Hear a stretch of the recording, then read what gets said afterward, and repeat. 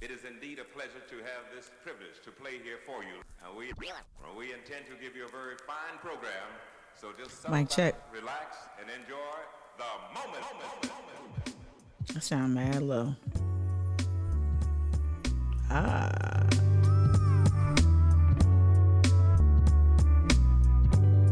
Mic check.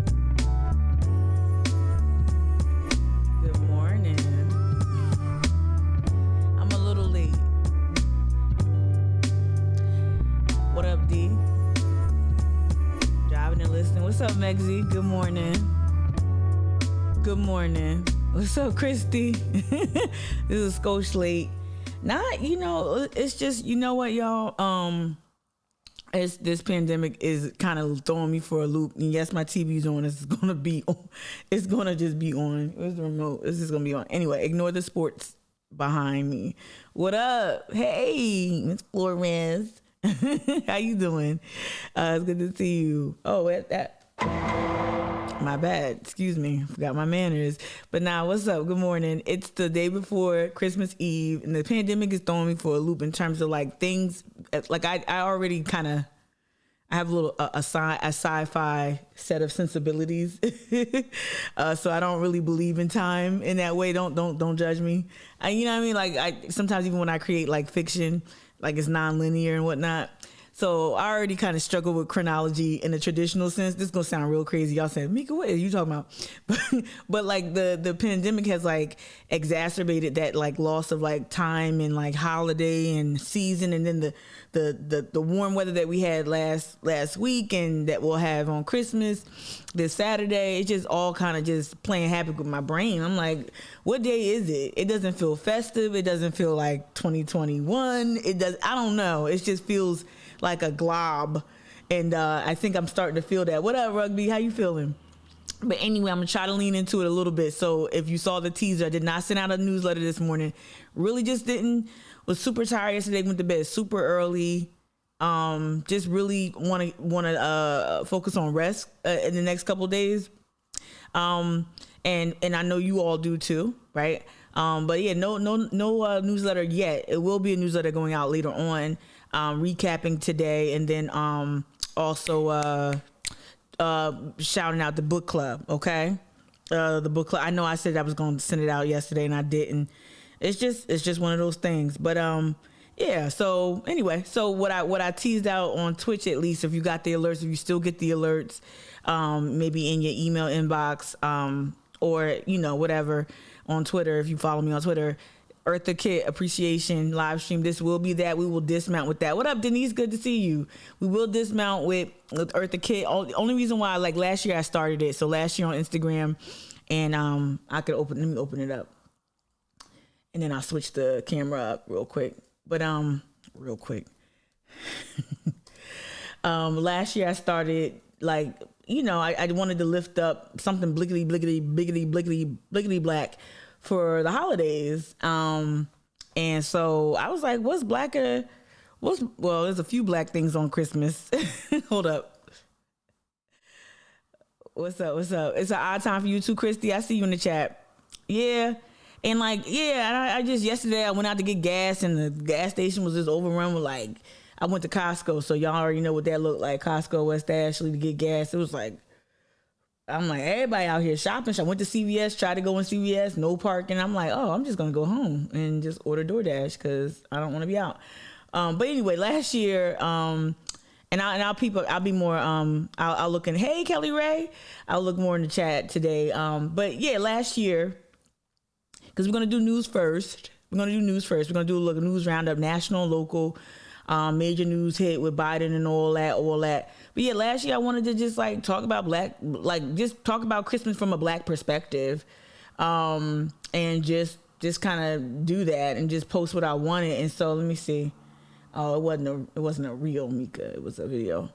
When I tell you Instagram is done with me, whew, y'all, it's hard. Anyway, but now I'm gonna start posting. I think in the new year, I'm going to try to have a strategy with this stuff. But yeah. So yeah, last year I wanted to talk about Eartha Kitt. She's a South Carolina native. Here we go. So I did 3 posts on Christmas last year. Did a Gullah Christmas, did I put Santa Baby. A lot of people like that, right? And I ain't gonna get popped for a copyright this morning, so I don't know how much Santa Baby I can actually play because it'll get muted or I'll get hit on YouTube. But we definitely gonna hop into the TV One documentary on Eartha Kitt, because what I want to lift up is, of course, her iconic career. This one, but also her story. Her story is deeply political. And not to just like, I'm not trying to extract the things that I want, just the, well, yes I am. I wanted to focus. I wanted to focus in on the parts of her identity, her public persona that transcend entertainment. And I want to talk about it, like her identity as being from the rural South. And I wanted to talk about, you know, her being, a product of so many other like unfortunate circumstances, right? So I wanted to lean into that, and Christmas made me want to do it. I don't know, but I just wanted to center a Black person's personal story and look at her a little bit differently than I think she's typically looked at. And again, look at her South Carolina roots and why we don't, maybe, I know some folks do, but why so many folks don't really look at her. I don't really see people outside like Black Southern Belle and some other folks. I don't see people reaching for her when we talk about like our legends, right? It's the same thing with like Mary McLeod Bethune as well, because I know they spent a lot of their time outside of South Carolina. So maybe that's it. But anyway, I wanted to talk about it. But I do want to get to like a news roundup. I'm going to be a little spicy with this. I'm going to just start off with some local news. I'm going to be a little spicy with this first clip because I'm just being nosy and I want to hear what's going on. But I'm going to be a little spicy, I think, with this first clip because I see some usual suspects. Hey, what's up, Brianne? A big Christmas giveaway right here in the Low Country. Thousands of people receiving some gifts and meals ahead of the holidays. Love to see it. News 2's Jordan Sayopa in Somerville, where this massive giveaway took place. Hundreds of cars. First, the spicy part is going to be like the news, local news especially there. And granted, like who wants to be, you know, if it bleeds, it leads as well. I spent many a Christmas season in the Philly metro area. So that news, if you understand, I was in a major metropolitan city, number 2 media market behind New York. I don't know if that's still the same, but I believe it's number 2 media market behind New York. Anyway, I know around the holidays that news could be very depressing, and local news outlets are looking for like feel good stories, but I got some commentary. Wrapped around Doty Park in Somerville for hours, waiting their turn to grab boxes of fresh food, baby supplies, and even wrapped Christmas presents. And it's all a part of the Community Resources' biggest giveaway of the year. 3,000 people. That's how many Low Country residents, volunteers aim to help through a massive holiday giveaway. We want everybody in this line. We want the gifts. So right there, y'all, Lewis is confounding. I don't know how many of y'all really. Like, I tried to be in a relationship with this dude, try to kind of like get through it, but the way that both he and Black MAGA have let themselves be used by the alt-right over the years really is unsettling to me. And I know you're like, Mika, don't shit, like you shitting on philanthropy. You know I'm gonna shit on shit. You know I'm gonna shit on like easy bar to clear. Not shit on the philanthropy. I'm not going to shit on the actual services he's providing, but like this is how they use these moments to maintain a level of credibility. All the while, both Lewis and Black MAGA have worked to undermine the interests of so many Black communities and aligning themselves and allowing themselves not just be tokenized, but to be used and weaponized against Black people in very odd ways. While Lewis has been on the right side of so many issues, he's been on the wrong side of so many other issues. And I honestly felt like Lewis posed a threat. So I ended up blocking Lewis personally. I don't even mind saying this all publicly, but who woke up on the wrong side of the bed this morning? But anyway, the stories is just like, just be careful with this one right here, especially like someone characterized the Somerville Resource Center as an outpost, a GOP outpost. That was coming from a Black man. So it's not just me. But anyway, I'm being nosy. Let me see what else, because I damn sure block this dude on every level and shock him as much as possible. I don't even like saying his name, Black MAGA. Something today. This is Santa Claus time, and this is what we want to do. The Community Resource Center hosted the event at Doty Park in Somerville. People were able to take home a week's worth of fresh food along with baby diapers and formula. It's great because you don't usually get that help. And because it's the holiday season, volunteers handed out thousands of wrapped Christmas presents to children of all ages. Volunteers say it felt good knowing they were making someone's holiday a little brighter. I think it's great. I mean, it feels good. It's always great. Like specifically, like when Harry Griffin got caught up, oh my God, the way that these dudes would like hit my jack and like, well, look, what's your side? I'm like, wait a minute, what do you mean what's my side? like the nonsense that I had to kind of sit through. Anyway, I just wanted to, I'm trying to look at if there's any other news locally that I actually want to talk about that is video news. I know y'all don't, I sound like my mom laughing when I'm nervous. Don't give up on me. I'm just kind of, I'm glad that they're helping people though. On a serious note, let's get to some news that's consequential. Let's go. Well, meanwhile, the FDA has authorized COVID-19. Did they take my man off? The white dude that usually do the. I ain't mad. I just noticed that like the nightly news now is I don't know if it's a holiday change or what. Well, meanwhile, the FDA has authorized COVID-19 treatment pills from Pfizer for at-home care. This is only for high-risk patients. Health officials say the pill is nearly 90% effective against severe illness and death if taken within 5 days of symptoms. According to the U.S. Assistant... I need something that's going to block that thing. I need something with some kind of prophylactic quality. But this is good. This is really good, but... I think it's going to give people another false sense of security. But, I think this is one more tool in the tool belt against COVID. The more tools, the better. The more therapies, the more medication, the better. Secretary for Preparedness and Response. Our options. They will begin arriving during the first week of January. But, I hope that it remains accessible as well. That's going to be very important that it remains it's accessible and free to the general public. Let's see what else. Let's do this. DHEC. Boom, boom. DHEC continues to recommend COVID-19 testing ahead of the holidays. Say good morning in the chat. Planning together with those outside of their households should get tested beforehand. That's regardless of vaccine status. As a reminder, the agency is expecting an increase in demand for testing over the next few days, which may lead to longer turnaround times for those results. Getting hands on like rapid tests has been very difficult for a lot of people. I haven't even looked. I know my brother in Chicago, he grabbed up a bunch like a few weeks ago. Not a bunch, like not crazy amount. Like he grabbed 5.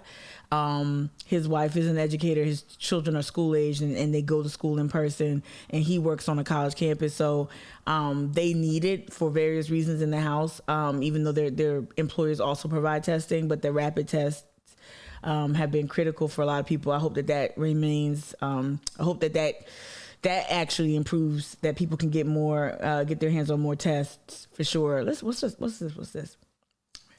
Oh yeah, Jim Clyburn next. How y'all feeling? The U.S. Supreme Court will hold a special session to hear arguments on the Biden administration's vaccine or testing requirement for. Yeah, I'm a little like I think I'm still like something is lagging and dragging for me too, Brienne.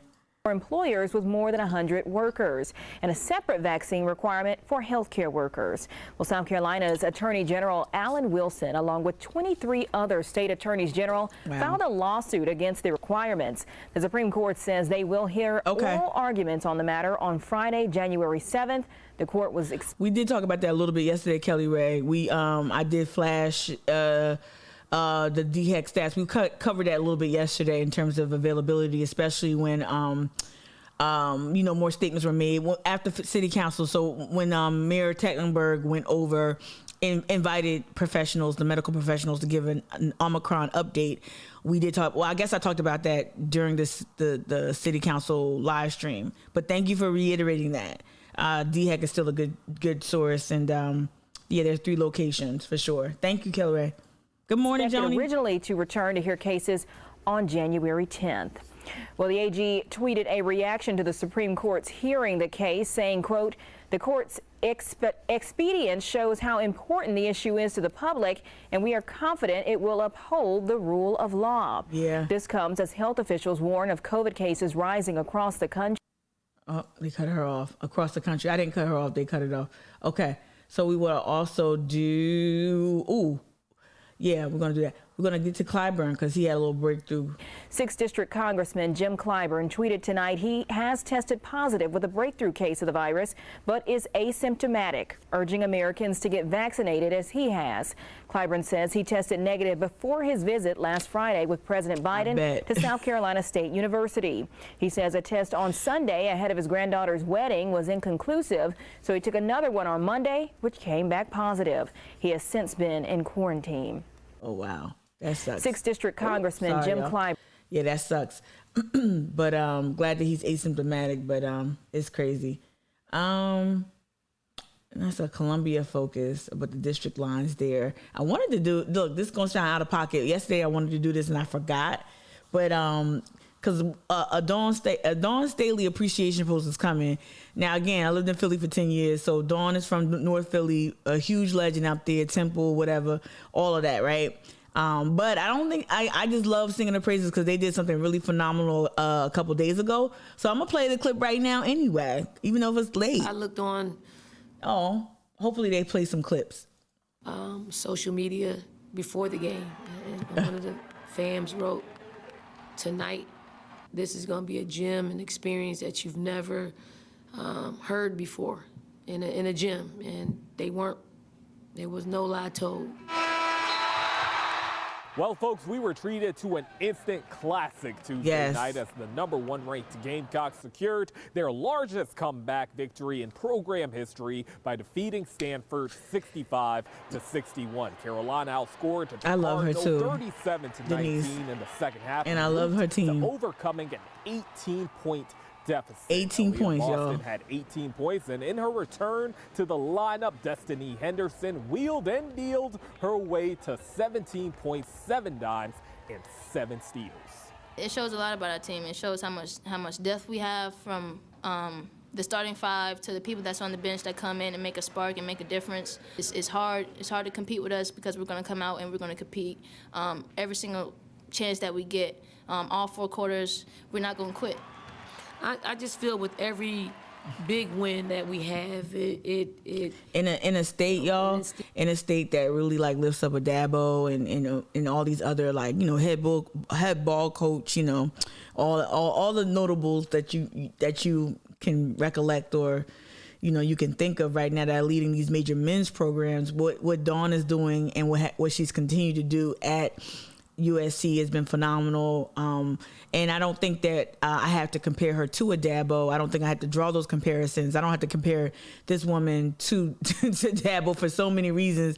A, she's a stellar award, like an amazing, an Olympic level, Hall of Fame level athlete in her own right, and now as a coach she's getting into that rarefied air where, you know, she's just going to be a legend up there with the Pat Summits and, you know, the Gino Auriemas and all the coaching legends in the women's basketball game at the collegiate level and in the USA basketball level. But not comparing it, right? Because I don't think that does Dawn a disservice, right?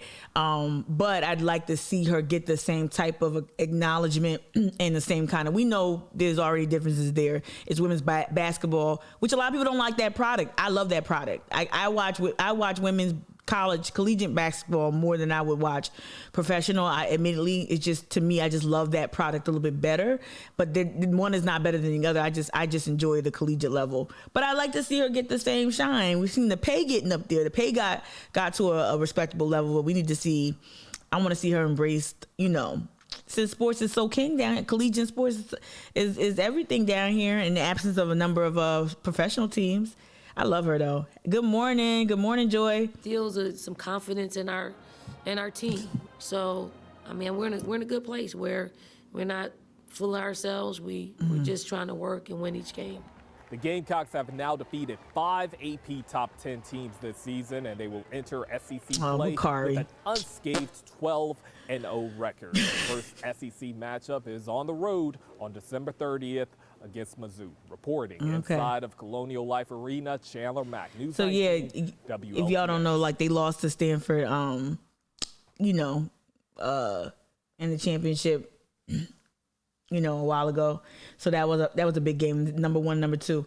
All right, so I wanted to kind of also hit up, like, I'm gonna go to mainstream media, Biden and like debt. Let me see, student loan. Got some temporary good news. If you like are like me and Sally Mae is on your neck, right? Then I mean, it's not 50K. It's not 50K forgiven. It's not all of the loans forgiven, but it gives me at least a couple of months of reprieve here. So I'm gonna play this clip here.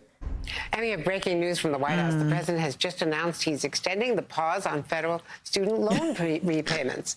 NBC's Monica Alba is back with me from the White House. Monica, we didn't let you get away very far. A lot of news coming today.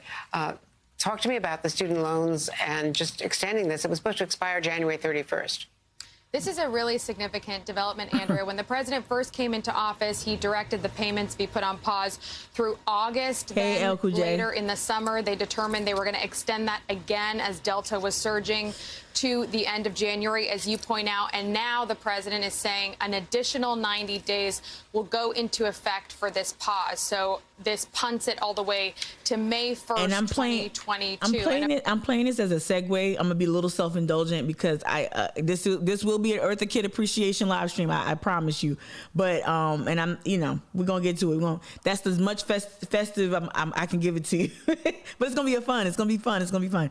But this is actually a good segue into the next clip I want to play. The next clip I want to play talks about like basically what Biden's been up to and like a leftist discussion on Biden that I really enjoyed watching on my own that I wanted. So I just wanted to kind of segue this, take a look at Biden administration. So when you hear, like, one thing I try to do, I like sometimes the snarky, cynical, skeptical voices from the left. I do enjoy those people, but to a degree. I think as I like turned 40 into 41, I started to have like less and less patience for just pure snark and pure like condescension, right? Like, you know, self-assured. It reminds me of if y'all ever went, if you went to a traditional 4-year college, right, or any college or any like y'all remember that one know-it-all, either leftist or like right-wing person who like always laughed or scoffed or right? I always found that so like just corny, right? And so I'm saying all that to say it's really hard for me to find leftist takes and leftist conversations about the Biden administration that I feel are productive, and they can be they can have snark, but balance it out, right?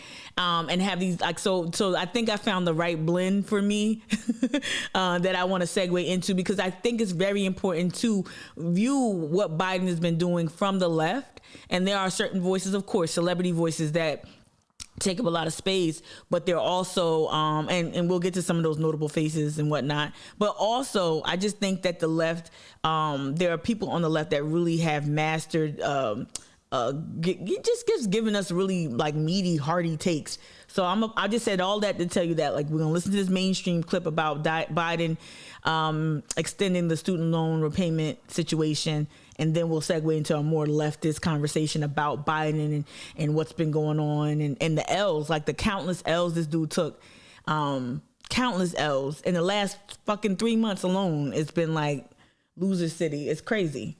And of course, this is something that the administration has been under pressure to make a decision about, given what we're seeing with the economy. And this affects more than 41 million Americans who really felt they wanted this breathing room to continue to figure out what the president and this administration may do overall when it comes to student loans. And it is something that the Department of Education is reviewing with borrowers to see if they're going to make some changes. Of course, there have been many advocates, many Democratic lawmakers even, who've asked the president to consider forgiving up to a certain amount of these loans, potentially $10,000, maybe more. Some have called, of course, for the entirety of it. So this just gives the president, the White House, and the Department of Education more time to figure that out, while people, again, take more time, given, of course, all of the pressure and the unknowns of what the Omicron variant will mean for our uneven economic recovery. Andrea. Thanks so much, Monica. Now we'll let you go. We appreciate all the news. Okay. So now let me get to a conversation about it that I think is productive. Just to give you the broad strokes there. Let me see if I have it queued up. Yeah. So yeah, Katie Halper would pop up on like that Rising show I told you about. So The Hill has the morning show called The Rising, and they make a concerted effort to have like 2 to 3 anchors that represent different, I guess, political leaning or political vantage points, right? So you have a leftist that works for The Intercept. You had a former Trump staffer that's now went on to work for CNN, right? And then so I'm watching The Hill's Rising show fairly regularly, and I saw this Katie Halper. And please, for those who are already consuming Katie Halper, I'm late to the party, I admit it. But she popped up on a couple of the Rising shows, and I'm like, okay. And then so the algorithm started feeding me more Katie Halper, and I'm grateful for it because I love this conversation. I love this conversation here. That's just a teaser for. No, this is a longer conversation. But let's play this one because it's more recent. It's more recent. This came out yesterday. Until you get rid of the filibuster, you're just sort of grasping at straws to do these one thing or another thing, and figure out how many of these bites of the apple you actually get. Roy, what in a sane world you'd have innumerable bites of the apple, right? And you could end the filibuster, and you could pass these or try to pass these bills one by one by one. I mean, that's something that LBJ did, for example. The Great Society wasn't one bill, right? It was a number of different bills. Same with the New Deal. It was a ton of different bills before we had sort of this norm that the opposition party will block everything that the main party is trying to do. And so you have to resort to this reconciliation. And remember, we talked about obstructionist type of government that that really was like a lot of people want to go back to like the Newt Gingrich era in the 90s, like so pre-Tea Party, right? And then it really got accelerated, when McCain was running against Obama, Tea Party, you got all that stuff there. In terms of like when that obstructionist, but remember the architect of the obstructionist politics we learned through scholarship, not just the 1619 Project, but through some other writing. I can't remember the author's name, but Calhoun was like an architect, an early architect of obstructionist government, where you just play defense against other interests. And that's how the South has been very successful at that. And that's why things like the filibuster is continuously called racist, is because it was a tool that was used to keep these states with fewer populations, these areas in the South. And so this minority of voices have the majority of power. It's the way that South Carolina has maintained its power. I just wanted to bring that up when you're talking about like the filibuster and whatnot. But a lot of this stuff are things that Joe Biden, as the title of this video says, he hides behind these things. These are fake. Like, it's like that fake. Like, these are, a lot of this stuff could be sidestepped or you could be worked around. And so they call it fake powerlessness. Y'all, it really is. It really is. And I think I'm getting my parents to the point. I don't really like to argue or debate with my parents. I actually like to kind of like just continue to make certain arguments about the Biden administration, continuously failing them. And now that like once you continuously make that argument, like in a subtle way during conversation, then they start watching the news and they start seeing, even though the news is doing a job framing it for us, but Biden has been a failure. He has been a miserable failure. And I think a lot of people, even people who are my folks loved Biden, and that they are definitely out of the honeymoon phase right now. For real, for real. El Cool J, you says easy strategy for Biden to not only gain back some support, right? He knew. I don't know why he didn't go harder. Go harder. Like you're literally the president. You literally not going to have this power, control over these arms of government. You're not going to have it for much longer. Just go hard, go ham, get it all in. I don't understand, but it was timely for the holidays. I'll take it, but I want more. You said reading out of a phone book to block, right? Yep, that filibuster. Literally reading out of a phone book.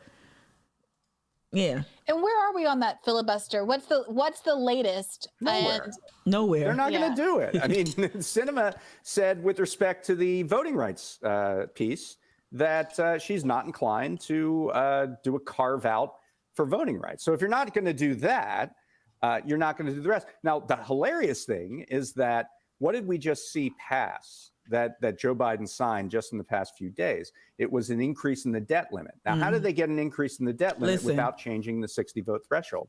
Well, 60 senators voted to make an exemption for the filibuster rule just for the debt limit. Just for the debt limit. You can do this, right? Yep. There's, they got 60 votes to end up doing that. But you can make the exemption if it's something that Congress deems important enough. Basically, the point is that Congress, by its very rules, cannot do things until they can, right? They're not allowed to do anything unless they really want to, and then they can find a way around the rules. That's the bottom line. Yeah, their hands are tied until they want them to not be tied. So what, in your view, is the pressure point that leftists should be pressing on right now? Should it be specifically, look, you got the 60 votes you needed to make a room for raising the debt ceiling, and here's an issue that's popular even in red districts. Why won't you 10 Republicans open that same door up so that we can get whatever it is? I don't know if it's child tax credit, prescription drug reform, a $15 minimum wage. LOL, just kidding. They're over that. Because I'm not seeing a lot of framing that also includes the extent to which Republicans could be a part of this, except for vote blue no matter who neo-libs who like to yell at the left saying, why aren't you angrier at Republicans for not getting involved? Right. I mean, I think there are two, options at this point. The first option is something that Wyden has come out with just in the past few hours, which is a tremendously scaled down version of Build Back Better that is mostly the climate stuff, the prescription drug stuff, and we're not going to listen to the whole thing, the y'all. child tax credit. I'm allowed to turn it off. with offsets, some sort of tax offsets. So that's, maybe that's something that Manchin then agrees to. I don't know. I am skeptical. At this point, I don't think you could be living in this world without being skeptical that Joe Manchin wants to pass anything, right? So I'm going to deem myself completely skeptical of any of that until I see otherwise. The second thing, though, that I think progressives should be talking about, and I've been banging this drum for about 3 years now, is all of the things that a president can do without additional congressional authority. This was what we called the day one agenda when we ran it in September of 2019 is when we ran this series, and we continued it through 2020. Prospect.org/day-1-agenda. You can find every one of our articles, and we've been tracking where the administration has actually moved forward on some of those things and where they haven't. And some of the big ones, they haven't moved forward, and we know about them. It's cancellation of student debt. It's effective legalization of marijuana by descheduling it under the Controlled Substances Act. It's stuff you can do without. There's a series of things you can do on prescription drugs that are actually probably more powerful. So what I also think is productive, and I'm not going to watch another person's podcast. I don't want to do that. But what I think is so important for y'all to understand is when you do hear voices that challenge you. So let's just say, I'm just going to use Dr. Annie Andrews as an example, not because of anything to me, she's a perfectly fine, capable candidate. I want you all to understand that. Like, I'm excited to try. I am excited to want to. I am excited to want to support her. If that makes any sense, right? But let's just use her. So, like, let's just say if you're all in for Annie Andrews. You had a one-on-one with her at a fundraiser. You asked her really pointed questions, and you think she knocked it out the park. And so, you're good, right? Then you start hearing a cacophony of voices like mine challenge her on some of the points or some of her platform or what have you, right? And you might feel like, oh, well, I feel she's great. I've spoken with her. I have this intimate knowledge. I've researched her. It's really important to have other voices, like to honor voices that challenge even your own, like, firmly held beliefs about a thing or specifically a candidate. It's going to help you remain a little bit more honest and a little bit it's going to get you out of that jam of like fanaticism and get you in a position where you're starting to demand accountability from these candidates versus just their, I don't want Dr. Annie Andrews or whatever Democratic candidate. I don't want them to just vote like how I want them to vote. I actually want them to govern and to show up better. And you have to do that. Only way you do that is through pushing through asking for more, and not for more for yourself, asking for more in terms of, well, I need you to be a better candidate, right? And so I think it's important to honor those voices that critique that critique candidates that have been viewed as like largely positive. And I think because Biden was less, it was not Trump and was better than Trump, a lot of people just kind of like, well, like my dad, just give him time. My dad doesn't know politics from, a hole in the wall, but he loves to argue with his daughter who studied it and who's worked in it. That's because he's born 1939 and, he wears the pants in the family. All right. But like one thing my dad just kept saying for like fucking like 9 months, he just kept saying forever, was like, give him time. I'm like, Dad, no. He don't have no time. And like, he's stumbling out the gate. Like he didn't even just like, it's really not heading in the right direction. And it's just, my dad was really more resistant to just hearing any type of critique. He was just so comfortable with, well, it's not Trump. Well, and that's just not enough. I just wanted to lift that up. Like I love the fact that there are leftists, like, tools and think tanks or like independent journalist outfits or whatever, that actually are measuring or like holding President Biden to account. And I really hope that we kind of imitate some of that, like come up with ways to keep them honest. Like, hey, you ran on this and you're not even doing it, right? Period. You reneged on a promise to us. And I think that's important. Roy Hybrid, you said true. You keep an eye on politics, but not to the point that will potentially put my mental health. And that's a really good one. Not, you say you do it, but not to the point where you put your mental health at a low point. Honestly, I don't want to have too lofty of a goal, but that's kind of like why I created this space as well. Is that like somebody, because you'll meet those people that say, oh, I don't really do politics like that. And I'm like, cool. And sometimes it pains me to hear that, because I think that we all should be like involved. And like, I'm like, why don't you care as much as me? Right. Right? Why don't you watch as much as me? Then I have to realize it's really not healthy in the way that our mainstream media outlets frame news and also push news. That's not healthy either. Because a lot of them get it a little wrong. A lot of them a little off base a little bit. You know what I mean? A lot of them frame it in really problematic ways, especially if you're a person of color. And so that's why I wanted to create this space, is so that we can talk about these things and have more of a conversation and less of like, crossfire or some bullshit. All right. So it's 8:41. 8:41. Okay. So I'm going to careen the car. You in the getaway car with me, right? Y'all are all accomplices, right? Y'all getaway car drivers, right? So we're gonna pivot now to what I want to do, which is it's the holidays, Eartha Kitt appreciation live stream. All right, so for folks who don't know, Eartha Kitt is a South Carolina native. A lot of y'all know that already. I queued up some things and looked for some things and found some new stuff that I never read before. Found some stuff that some other stuff that okay. Found some amazing interviews as well. So I'm gonna blow up this Facebook post. And this is from the Whitney Plantation. This was interesting source.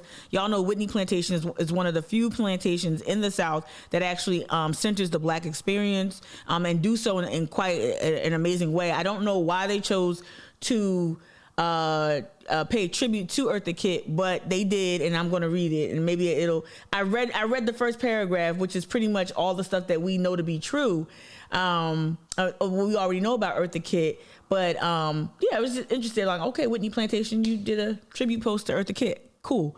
All right. Maybe because her background was on a plantation, and that's probably what it is. All right. So Eartha Kitt, because the Whitney Plantation, y'all, is in Louisiana. It's not in South Carolina. That's why it was like, okay. Eartha Kitt was born in 1927. Okay, 12 years before my daddy. Okay, on a cotton plantation in South Carolina. Though her mother was Afro-Cherokee, and this is important, like the multiplicity of her identity is very important here, because when you hear some of the clips that I'm going to play, I'm like, I get it. I get why she responded that way. I get why she performed that way. Like, you kind of, it all comes together when you understand her origin story, and she's a hero of mine.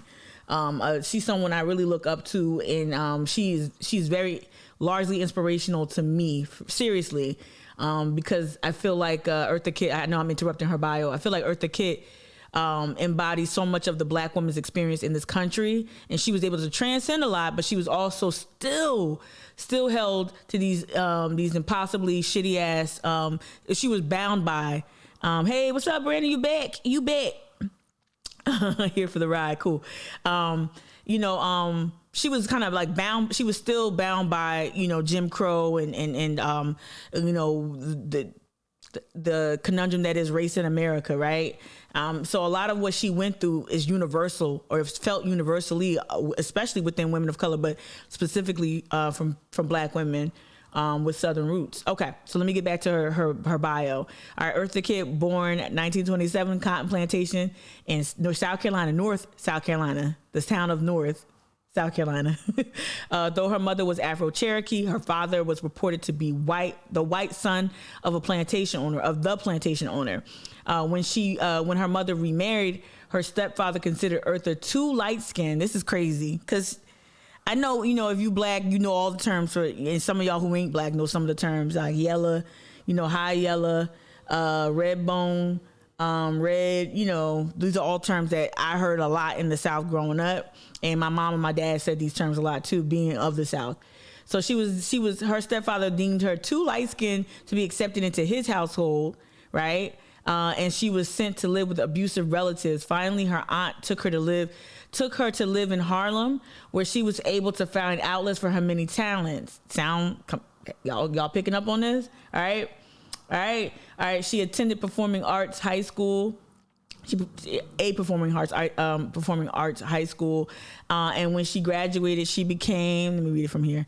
When she graduated, she became a dancer with the Catherine Dunham Company. Around that same time, she began recording songs in an unconventional manner, like Champagne Taste. That's one thing I really picked up on her. She really had her own way of performing, y'all. When she performed songs or even danced or was live on stage, right?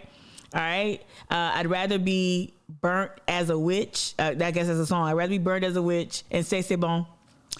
That was a big one. C'est Bon, of course. Champagne Taste, Santa Baby. Those are some of the big ones. Her distinctive voice was enhanced by her fluent French and cosmopolitan style. In 1950, Orson Welles became completely taken with her talent and gave her first starring roles. He gave a little bit more than that, too. Legend has it. Legend has it.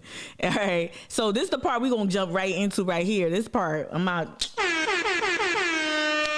Black women always showing up and doing the absolute most. And who do the absolute most? Eartha Kitt always do the absolute most, and I love it. In 1968, First Lady Lady Bird Johnson held a White House luncheon to discuss juvenile delinquency and insisted Eartha Kitt attend. This is how they do. You gotta come. You're so famous. Is she on Batman at this time? I forgot when she was on as Catwoman. I don't know if it was 68 or later. All right. So when Kitt was asked, she felt when Kitt was asked what she felt was the cause of growing rebellion among young people, she answered honestly, they're angry. She said, because there's a war going on and they don't understand. You send the best of this country off to be shot and maimed. That's what she said. She was asked to attend and she was asked her thoughts. She gave her thoughts. By 1968, political unrest in the United States, y'all know about that. We talked about this. The Kerner Commission studied this as well, right? We talked about that, right? All right. So political unrest in the United States and the United States of America had taken on epic proportions. Who wrote this? Epic proportions. The war in Vietnam was only escalating and people were increasingly taken to the streets. All right. So let's pop out of that and stop reading. And let's get to the clip that I shared on Instagram last year was this documentary right here from TV One, which is really quick. And I thought it just nailed it. It encapsulated the issue, the problem. It's only like 2 minutes, probably part of a larger story. And for those who don't know, TV One is like, it's like BET or any type of like black culturally specific to black people type of television network, I guess. In 1968, as protests against the war in Vietnam escalated, violence has shown its face in some of our cities. President Lyndon Johnson and the First Lady decided to host a ladies' luncheon to discuss the turmoil. One of the invited, Eartha Kitt. And the reason she was invited is that she had been working with youth in the ghettos, and the kids talked to her. She had a very weird reaction to being there because it looked like the white plantation house on the plantation where she was born. The success of freeing our neighborhoods from hoodlums and fear depends upon the cooperation of all our citizens. Lady Bird was talking about planting trees along streets, like they say, the ladies who lunch. It's a nice, respectable lunch, and everyone sort of making polite points, and suddenly Eartha stands up. She turned to Lady Bird and she just said, you're a mother, so what are we gonna do about sending these black kids overseas to get shot? Huh? What about them? There was this unbelievable silence, and then a bunch of people started freaking out. Now you're dealing with two Southern people. Yes, sir. You're Southerners. They're allowing you, a black person, to sit at their tables. When she arrived back at her and that's hotel, the thing about she was astonished. That's the thing about LBJ is that when a lot of people do, like, they know how racist, how he was profane, how much of a temper he had, all of that, and also how much of a real Southerner this dude was. We know that. If you don't know that, you should know that. I don't know if many people had a warm and fuzzy recollection of LBJ, but yeah. I want to pause it here because, and again, not comparing myself to the legendary, iconic Eartha Kitt at the fuck all. I'm not doing that. But what I'm saying, like, what it does make me think about now is like being in these spaces, and not just the space where that Fletcher wanted me to show up in, and the one that I disrupted at Urban Electric. But other similar spaces I've been in, and that wasn't the only place where I was either one of few black people or maybe the only black person. But when you're one of the few black people and you have like maybe a higher profile than most people in that room, it's a lot of stress and anxiety to even show up and share your thoughts and be honest. And I can only imagine that for Eartha, there was so much tension. Just being a woman showing up in that body with her identity. I believe she definitely considered herself biracial, light skinned. These are things she was often met with. So she's biracial, she's part white, she's part Afro-Cherokee. You know, coming into this space and probably being the only one with that type of heritage is really, really difficult. And I want white folks, if you are passionate about a social justice speaker or figure in Charleston and you want to invite them to help with something, think about the safety. I say this a lot and y'all saw me text, and I didn't do this for you, but during city council, I texted people I knew that were in attendance in city council to make sure that Amber was safe. Y'all remember I said it on the mic, so it's not a secret, because because not often enough we don't say, hey, I see an aspiring terrorist, or I see a Proud Boy, not even inspiring, because both Tyler and Corey both went to Washington to participate in the insurrection, right? So it's nothing alleged.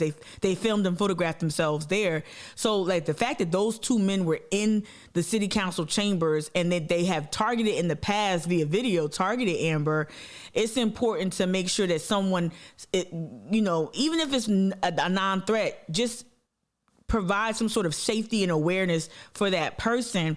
And I think if you're a white or non-black POC person and you want to organize with a black voice or a black notable name, please make sure, if the room is not going to be diverse, please make sure you are keeping in mind that person's safety and their well-being. Like, make sure there's some aftercare, right? All right, so make sure that there's something there where you protect them and you keep them. And we've already talked about that. I've shown you the video of where white people or non-black POC people protect the black protester. Like when Marcus goes up to the mic, he honestly should go up there, and I already said this, he should go up there flanked by people. If it's like a raucous thing, he should give you, I don't want to take away his agency, he should give you the thumbs up, like, nah, I'm good. But you should have an inclination. You should ask, hey, do you need my support? What does support look like showing up for you in this predominantly white space, in this hostile space? What does that look like? And you need to ask those critical questions before you just invite the black chocolate chip to show up in this glass of milk, because it's really, really tense and it's really stressful. And as we learned from Eartha, if I stop talking, we learn that it can have dire consequences to speak your mind. To speak truth to power. She arrived back at her hotel. She was astonished to discover that this incident was being spoken about already on the radio. Suddenly, the discussion was interrupted by a fiery charge from singer Eartha Kitt. And that she was getting death threats. The ghettos stemmed from the war in Vietnam. Backlash is an understatement. It was an all-out assault against her. Johnson called the FBI. That's her daughter. As well as the CIA, and demanded that they find something on this woman. That's her daughter, Kitt Shapiro, who made some recent appearances. And we're doing this, y'all, because, of course, I think when I do the thumbnail after today, it's going to be Beyond Santa Baby. Like, just really want to just dive deep into Eartha Kitt, because she's a South Carolina native and she bomb. And when I think of Christmas, I think of Santa Baby. Sorry, Mariah. So there was some other clips, like what I tried to find were like news clips from like her talking about the LBJ incident, and also clips of her reconnecting with her past, because she hadn't had a birth certificate until I think she didn't have till the USC students found her birth certificate. She didn't even have that, and like she was constantly trying to piece together parts of her life. This conversation with Whoopi was so cute, was so good. But let's do the LBJ part, because she's in Atlantic City, New Jersey in this one. She's in Atlantic City, New Jersey with this one. This one's relatively short. I got you in the chat, though. I got you. I thought this was dope. And I like seeing her. Well, I like seeing mature Eartha Kitt. I like seeing all of Eartha Kitt, but I like mature, still got it, still juicy, still flexible, still writhing around on stage. I love this Eartha Kitt, too. She recorded the song C'est Si Bon in 1954. Eartha Kitt has been a world-class star, but it wasn't until the mid-1960s when she portrayed Catwoman on the original Batman series that Eartha Kitt became a superstar. Her career was off and running like no one else, Alicia. Until she was invited to the White House and asked to air her views on the war in Vietnam. Well, to say that Eartha Kitt is back in business would almost imply that you were out of the business, but it's also the title. Think about it. She spoke up in 68. This is in 95, and they're talking about this in 95. She was blackballed, blacklisted in 68. So you again, this is a huge, like, extreme example. It's not extreme in a lot of ways, but this is the cost. Like, if y'all think that celebrity, if you think that a degree, if you think that money will protect a black person against backlash, no, that's not true at all. So speaking truth to power always has consequences. Not just the big notable names that got assassinated or attacked, right? Not just the Martins and Malcolms, not just the Medgar Evers and whatnot. You know, there were other prices. There's so many other entertainers that paid the same price that Eartha paid as well. Your first American B-Man recorded album in 25 years. Something like that. Something like that. Yeah. Where you been? Where you been? I've been here and there and everywhere. Yes, I've been working, but you just didn't hear about it. Right. Why was that? Well, I wasn't working as prevalently as I used to in America because of the incident with President Johnson, because I was against our involvement in Vietnam. Right. And as a request of theirs, going to the White House and giving my opinions at their request. At their request. I was thrown out of work in the United States. That was 1968, right? You went to a luncheon and pretty much stood up and read the President the Riot Act about. Because I was asked to. Right. I wasn't not there to sing songs. So on my dossier, my CIA dossier, that says. Oh, you have one? It says I'm a sadistic sex nymphomaniac, darling. I think I missed a page there somewhere, but anyway. And Would you want to frame something like that? I mean, that's... As a matter of fact, I was going through my things in my desk just yesterday, and I came across the letter that Jack Anderson wrote me. It said, "These are your files that we found in the CIA dossier." This is only a smidgen of it. All right, so she's talking about. So, first of all, as an organizer, let me tell you, shout out to all the organizers who had that conversation about their own files. We're not going to talk about that on mic though, at length. But what was so funny was, so I found this. I'm going to go back to it, y'all. So this is actually from January 3rd, 1975. So this is the headline over here reads, CIA in 1968 gave Secret Service a report containing gossip about Eartha Kitt after her White House incident. So again, just speaking from personal experience, just to punctuate, this retelling of this story, not to center myself, but speaking as a Black woman who's often being asked, Tamika, can you show up to this thing? This thing is usually pro. Look at Joe DiMaggio. I'm mad. I'm sorry. This is just an ad with Joe DiMaggio here. Tamika, can you show up and this place is typically problematic, and can you I'm like, y'all want me to show up and be a magical Negro, some zippity doodah, magical coming in there. What a wonderful day. Like, nah, that shit is exhausting. And it's not fun. I don't know. Sometimes I think people think that, again, that people who speak out about certain things, I don't know. I think people don't understand how the potential of it all, right? They don't really imagine the outcomes of that, and how long and enduring they could be, those outcomes. All right, let me just I'm trying to make it a little bit larger, even though I'm going to do my, you know how I do. All right, so this is, again, January 3rd, 1975, Washington. On January 2nd is what it says here. The Central Intelligence Agency, CIA, asked by the Secret Service in 1968 about Eartha Kitt, produced an extensive report containing secondhand, I'm just gonna halfway play it, secondhand gossip about the entertainer, right? But no evidence of any foreign intelligence connections. They probably try to tie to everything, Red Scare, all that.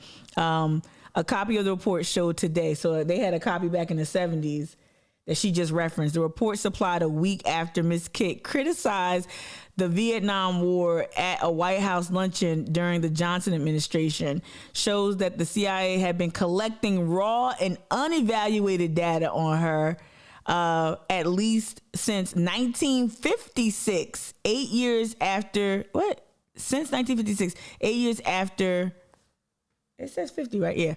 8 years after she began appearing professionally in Europe and the United States. All right, let's go back to her story. Let's go back to her telling it. What the hell? It had to do with the CIA. Yep. He framed you. But it sure in hell did. And as a result, on the bottom of the CIA dossier, it says, specifically requested by Lady Bird and President Johnson, deface me in the United States so that I would be not seen, and therefore I'm out of work. Eartha, a lot of people spoke out against the war, especially people in the entertainment industry. But why did they single out you? You seem to have suffered But I was the most. first one who did it in the White House. Yeah. And I was asked. She did it on film. She did it in the White House. She did it in LBJ's face, right? We're going to show that profile too. We already saw a little bit of it in the TV one, but you're going to show that like her height, the diminutive like stature, you know, and this is arguably at the time probably the most powerful man in the world, right? Like, at least from a governmental standpoint, you know, world power standpoint. But like, this shit was crazy. She did that. And she paid a hefty ass price. My opinions about the problems They asked her young opinion people of America at that time. That was the question of the luncheon. And 50 of us ladies who work in the different communities across America, and me, and so also in foreign countries, like with the Aborigines in Australia and the Canadian Indians, I'm working with these people all the time. Yeah. And therefore, I know what their feelings are. And when they ask the question about what is the basic problem, and you tell them, you find they don't want to hear that. They want to hear, how are we doing? Am I getting a good credit for putting flowers along Route 66? You right. know? Right. They wanted that praise too. So yeah, I think I'm just always reminded to, like, before you ask a black person to perform any type of labor, is it worth their time? First of all, the first question is always, hey, what's your budget? What's your budget? That I had to start asking that, and they got some interesting responses. Oh well, we don't usually pay our presenters. You just don't ask black women to just come show up. Like, I got that from Emerge. Like, I've talked about this before. Like that Emerge SC group that's like that. Sorry, shout out to all the Emerge alums. Shout out to all the Emerge alums. No shade to y'all. No shade at all. Yeah. I remember, like, they hit me up and they're black led. That's Ken Snight right there. Who lead it now? Isn't Melissa still in charge? Yeah, I know some people who went through the whole thing. Yep. And they love look at Mary Guerin. Yeah, they asked me to present, and I was like, okay, what's your budget? Or I told them what my budget was. I think it was like $150. Do you want me to do an hour-long presentation on voter I'm going to create the slides. I'm going to curate the videos. I'm going to put it together. I'm going to speak. I said $150, and it was like, and I'm bringing it up because, like, y'all, come on now. All right, so there was another. There was like some archival. Where is it? It was this right here, like newly found audio right here. I think. So I wanted to do it right before, because they talk about the luncheon, yada yada yada yada yada yada. Lady Bird talks a lot, and then there was a part that got really good. To leave, Miss Eartha Kitt, who had been seated at a table close to the podium, rose in his path and said, "Mr. President, what do you do about delinquent parents? Those who have to work and are too busy to look after their children." Lyndon paused a moment. Fortunately, That's Lady Bird talking. We had just passed a Social Security bill that gives millions of dollars for daycare centers. He moved, I think, a step more in front of him. But what are we going to do? He said, "That's something for you women to discuss here." Turned and walked briskly out. See, look at that, like that picture. Here's the footage. But even like that picture, like her stature. Her ponytail looks bigger than her, right? Like, it's just like the power dynamics, like it feels, you just feel tension. Something for you women to discuss here. Turned and walked briskly out. Ask for our opinion, then don't want to hear it. So here's the footage. Can't really hear it, so.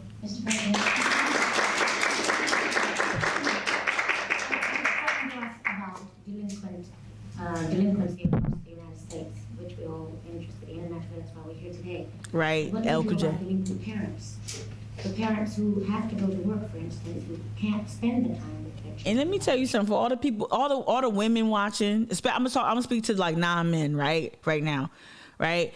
If you find yourself in a room with someone who is hugely influential and who has tremendous power, please do this. Please speak up.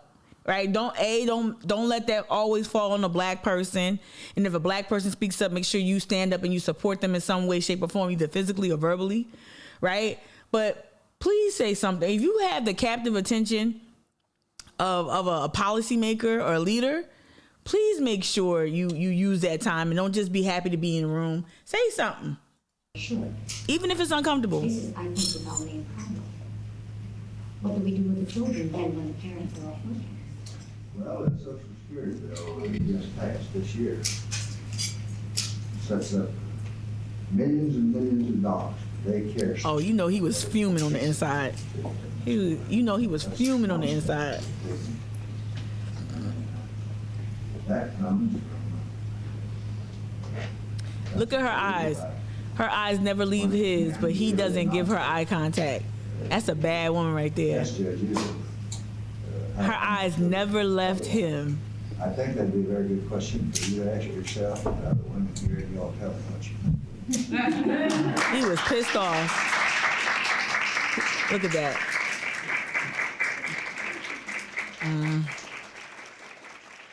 She sat down, stubbed out a cigarette, tossing her long hair, and from then on I watched her, expecting something I didn't know what. Apparently she did not eat, nor did she clap for any of the speakers. She smoldered and smoked.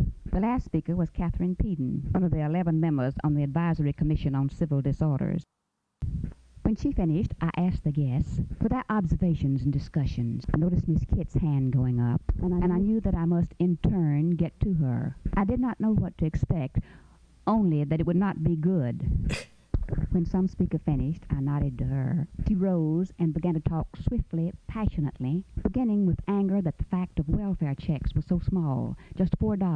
What can you get with $4? And then, oddly, an attack on high taxes. The young people are angry.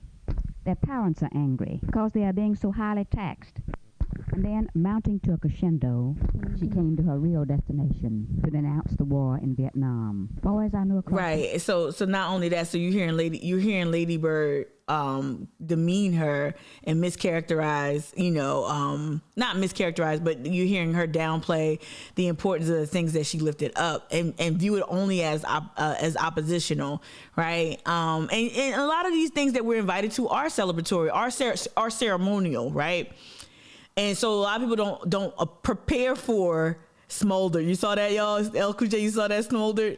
A lot of people just don't anticipate and this is why I think we have to start, especially in a place like Charleston that prioritizes politeness and decorum and, all these bullshit artificial barriers to having real conversation. I'm not saying, I do believe that there's a time and place for everything, but a lot of these spaces are billed as transformational, huge, big deals, and like policy driven. And then you get in there, it's just tea cakes and tea, right? It's just a ladies' luncheon, and with air quotes. Anyway, I think we should normalize people popping up and just saying what the fuck they want, especially if there's someone, if the mayor, shout out to Fernando. Like Fernando talked about how, okay, so the mayor wants to talk about Hispanic Heritage Month, yada, yada, but he never wants to answer questions about what he's actually doing for the Hispanic populations of Charleston, right? And so what does Fernando do? So he's covering, as a member of the media, as a member of the press, he's covering the Hispanic Heritage ceremony that the city's putting on, but he also makes sure that at the end that he asks a question to the mayor directly about more important, more substantive issues outside of the ceremonial ribbon cutting or whatever it is.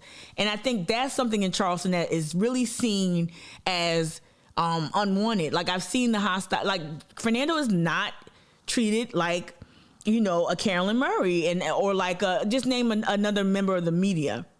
Because he asks pointed questions, he questions back. I think we have to normalize that here in Charleston, so that like at Urban Electric or whatever, like at Urban Electric, like no one responded to what I said, not even like nothing, which is to me worse than a negative response. Like I'd rather get booed than just be met with silence and indifference. I think that's more violent in a lot of ways. But you can also tell that what I did was so outside of the ordinary. And even like I said, the friends that were in the audience, people that I know closely, white people specifically I'm talking about, who were in the audience, they didn't even respond the way that I thought they would, given that they know who I am and they know also how problematic these spaces are.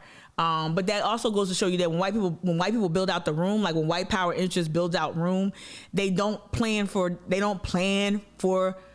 diversity. They don't plan for a myriad of opinions. They only plan for the celebratory. They only plan for the ceremonial, and they don't actually think that someone's going to have an adverse reaction to this type of thing. I don't know. I'm saying a lot. El Cool J, you said Eartha Kitt lived a life standing up to adversity in all ways: personal, private, professional, in a number of ways. But yeah, and the other thing I wanted to point out, I shouldn't even got off of it. Did you hear Lady Bird Johnson, because that was her, did you hear her also point out that she was smoldering, she was angry? There's something about Black women specifically that demonstrate any type of emotion outside of affability that really, y'all might think I'm being over the top. Think about it. When the last, think about why Black women don't always show anger in certain spaces, especially down here, right? But whenever a Black woman is particularly like animated around an issue, like it really fucks with people's heads. Like anger is just something that we're not entitled to, righteous anger or otherwise. We're not entitled to be emotive in that way. Like we can only really you wanna. Somebody said this during the tragic Jamal Sutherland, the things that happened, the press events, right? They talked about how like attorneys like Mark Pepper and even other attorneys, even the Black attorneys like the Crumps and whatnot, they love trotting out the teary-eyed Black woman, right? The Black woman who's been done wrong, the Black woman who's had her child taken from her prematurely. They love trotting that crying, sobbing, emotionally overwrought Black woman that they're comfortable with. Angry Black woman, I don't know about that. Indignant, opinionated, it's just really not that much room. And why am I bringing this up if I'm talking about Eartha Kitt? I think she had a lot of boxes, to your point, El Cool J, like her standing up to so much adversity.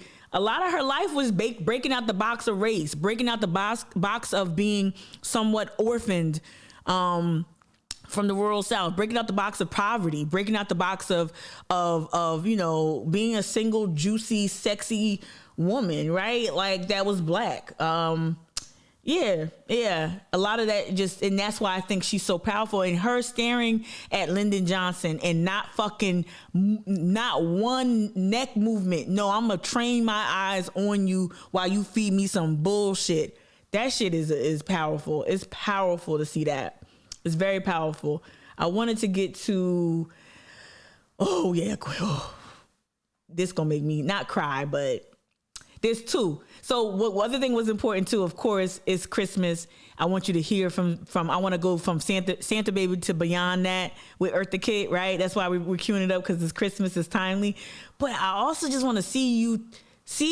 I want to see you. I want y'all to see Eartha Kitt talk to other Black women. Like, that's so powerful as they relate on certain levels. And I think this part right here, I never saw this until this morning. But I thought this was just, first of all, 90s. Yo, okay. I love how like the 80s always make a comeback, like with TV shows and fashion. Like I like sometimes I like some of that throwback nostalgia.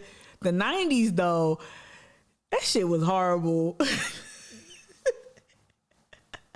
Any creatives in the 90s, just the style, the talk shows are so campy. I love Whoopi. I have a complicated relationship with Whoopi Goldberg, a very complicated relationship, because you damn sure lost me, Whoopi, when you let your man put blackface on. But this woman got an EGOT, so we ain't gonna throw her out. We not throwing Whoopi away. But the goddamn 90s, y'all, is so ugly. Look, I was gonna fast forward it, but look at this opening sequence to this talk show that I didn't even know Whoopi Goldberg had in 1993. This is crazy.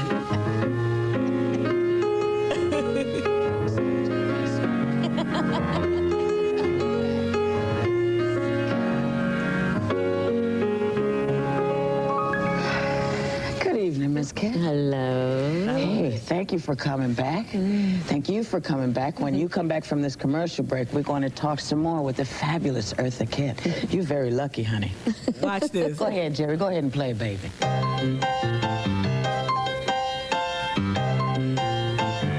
Wow.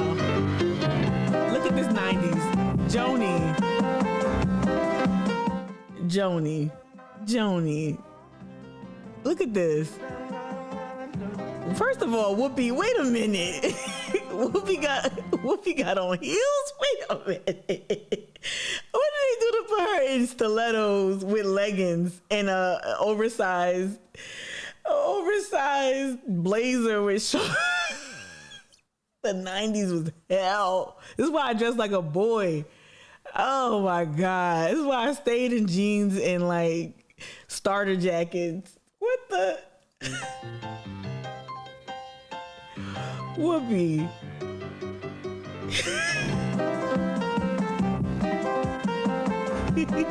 A mock neck. Hey Whoopi, we're gonna put you in these leggings and with these stilettos.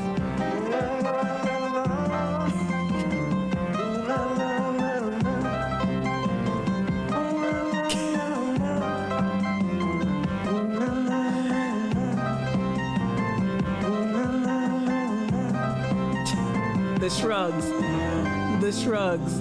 That's what gives me the pointing and the shrugs. Wow. Okay, this is the part that gets cute. That always, the thing that always it doesn't get me anymore, but it used to get me all the time, is people would come up and they say, "You're so articulate." I think so, and they Brandon. would articulate it to you as though you somehow work on it together.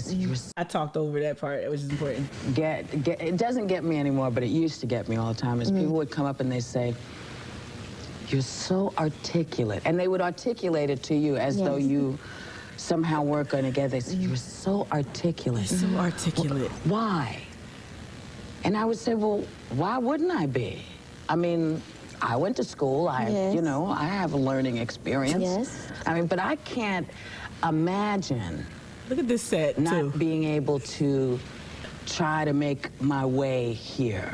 Now, you and Dorothy Dandridge and all those folks that came before, there wasn't really an outlet for you to go and explore who and what you wanted to do in this area. Especially if you're mulatto. Okay. Because she said mulatto. And particularly now in these modern times, you have to look a certain color on the television and in the movies. We did I did a film with Sammy Davis Jr., Ana Lucasta. I was in the running for the Academy Award. 2,500 cinemas of the United States of America wouldn't take it because I didn't look black enough on the screen, making love to a black man. And there was things that everybody said. But then they weren't going to let you in the front door either, because maybe you were too black. Look at that leg. Y'all saw that leg? I know, because She's so when I first started with Catherine Dunham Ballet Company now in Las Vegas, my dear, we, as beautiful dancers as we were, could come through the kitchen and go on stage. I just love, look at her mannerisms. Like she's on that couch acting up. Yeah, do not sit there with like legs crossed. I love that she's just so just expressive. Like I just love, and she's a woman of a certain age in this clip, and she's just on this couch, just leg went up in the air out of the blue. Like, what's good? Go ahead, Eartha. Knock ourselves out, doing all of our wonderful things, could not come through the front door. So when I became the hot thing in the United States and all over the world, my contract said, at Las Vegas particularly, I will not work in front of a segregated audience. I used to go to Dorothy Dandridge when she was there at the same time I was. She was working at the Last Frontier. There's some Dorothy Dandridge shade. I went to Dorothy. Now, Dorothy's the same color I am. And I said, Dorothy, we have to go downstairs and just walk through the lobby.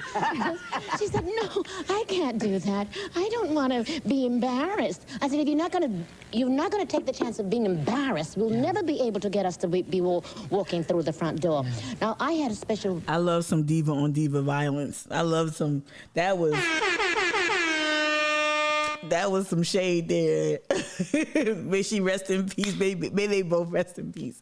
But like, I love that. I just love that. Like Dorothy, like, look, I had to tell her. I had to say, look, Dorothy, look, I know you just did Carmen, but we need you to come on now. I just love it. I love it. I love it. Situation there because of Belden Cattleman, who owned his own place. Right. It was not syndicated in any way. So no matter what I wanted to do, I didn't pay any attention to I can't even sit like that, I didn't y'all. even think about it. I would go to the tables with money that Belden Cattleman gave me. He would give me $200 a night to go to the gambling table. I'd put 100 in my bosom, and then the other one I put on the table. You know, I never refused except at the Sands Hotel. She was on one. I was never refused until I was at the Sands Hotel. Oh my gosh, she really leans into that cat persona.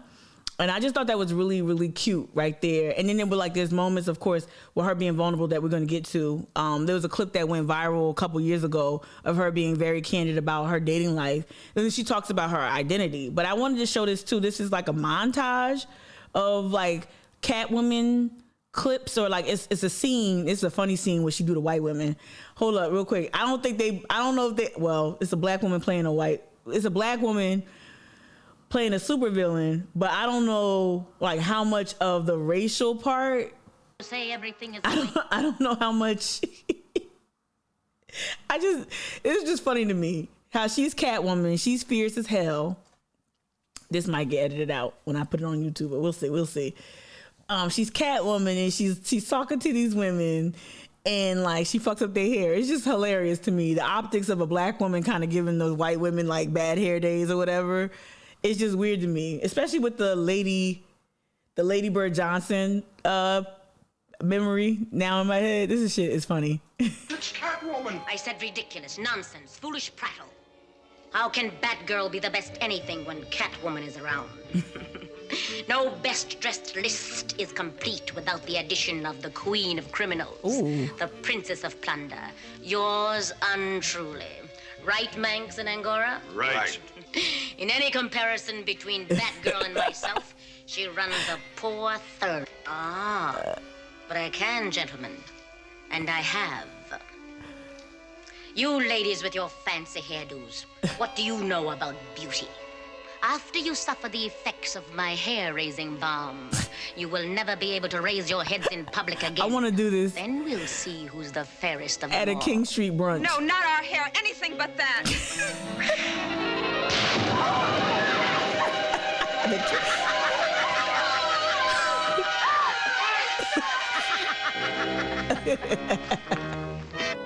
I just think that was hilarious. I want to do that to a king. Give me that superpower. Whatever that, a hair-raising bomb. Let me have that superpower. I just had to show that campy ass clip. This shit is hilarious. Same facade. You said Dorothy Dandridge was also caught up in the 1950s Red Scare. Absolutely. So she might have been tiptoeing. Definitely that. There's countless people who were wrapped up in that, especially. Who lost their careers. Paul Robeson you talk about careers being lost and being blacklisted. Paul Robeson, shout out Jersey's finest. Paul Robeson got caught up on there, and then they took his passport because they knew he was popping over there in Europe. So they took his passport so he couldn't eat here, he couldn't eat there, right? So like there was huge fallout for black people, black celebrities, during that Red Scare for sure. I want to play. We're going to get to the South Carolina part again. We're going to go right back to her roots. But I love this. First of all, shout out to Gwen Ifill. Just love seeing Gwen Ifill in her element. So this is 2018 in Chicago. This is Eartha Kitt. It's an evening with Eartha Kitt. All right, so let me just rewind it. The nation's largest I saw a clip from Boomerang. I saw the image from Boomerang in there. Boomerang is probably where a lot of people met her in the 90s. But the following program was funded in part by Toyota. Oh boy, sorry for the ad. AT&T. Okay. Baldwin Richardson Foods. Jesus Christ. Lincoln Financial Group. Apple. All the corporations. The Oral History Archive is proud to present An Evening with Eartha Kitt. And now to our host, veteran PBS TV journalist, Miss Gwen Ifill. I am so excited and so Gwen. thrilled to be here tonight because of the you. star who you are about to meet. It is very exciting. She is a star of Broadway. She's a star of dance. She's a star of movies and of television. I mean, she was born to be Catwoman, right? Can y'all also like understand like how like she's not lauded here? Like, do y'all feel there's so many greats like from Harvey Gantt to Eartha Kitt, like just that run the spectrum of like doing dope shit that really aren't like they aren't memorialized to me adequately enough in South Carolina to be like from South Carolina and go off and do great things in Europe and other places, Hollywood, Vegas, whatever. For as far as Eartha's, like, isn't that kind of wild that like we don't like Eartha Kitt isn't thought of more as like one of our own, a daughter of the South, right? Like we don't really. Yeah. Anyway, but they was loving on her in 2008 in Chicago. She has a mean brow, and she is Eartha Kitt. Let's take a look. Have you heard of a place called Hopefully I don't get popped too hard with the copyright. That's why I'm talking over it real quick. I don't know if this song is going to be copyrighted. I don't know. Don't hesitate, or you might get the gate. Say you want It's all good. my desire. If you find the flame, I might set the fire. It's up to you. You see, I'm really shy. That's her daughter, So Kitt. sell me. We'll get to Kitt in a little bit. And maybe this baby will behind. Oh my gosh. Maybe. Ladies and gentlemen, my honor to present to you Miss Eartha Kitt.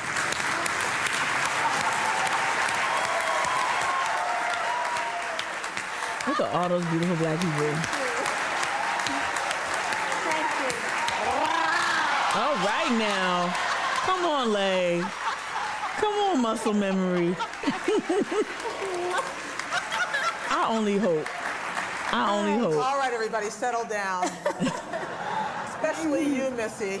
I couldn't do that, so don't get excited.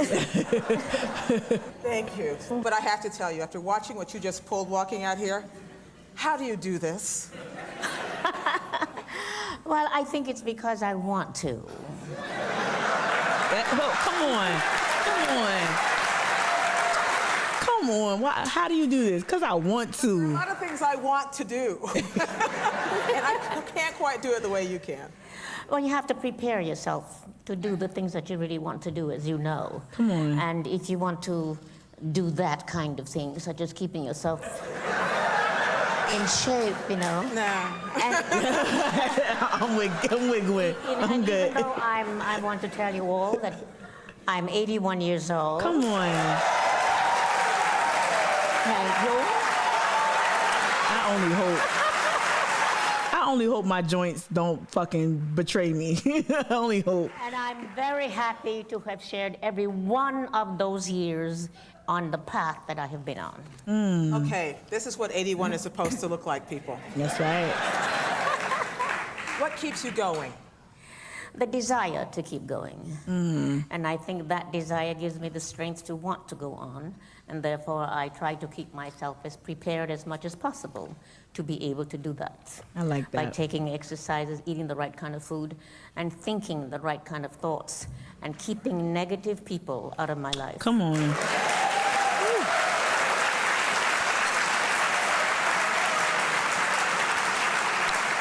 You did not come to this born to the manor. You grew up in the South. You lived... No, I never grew up in the South. You didn't? No, I was born there, and they brought me, well, it's very complicated. This is important. It has made me feel inside that the complication was that I thought one person was my mother who gave me away. And she kept giving me away because she wanted to marry a man who had already 4 or 5 children. He's a black man. And he had said to her, and I heard these words through the cracks of a wall as my so-called mother was on her knees on the floor begging him to take me. And he said, no, I don't want that yellow gal in my house. She will disturb the rest of my children. Just to be clear, yellow gal meant biracial. That was what they meant at the time. Yes.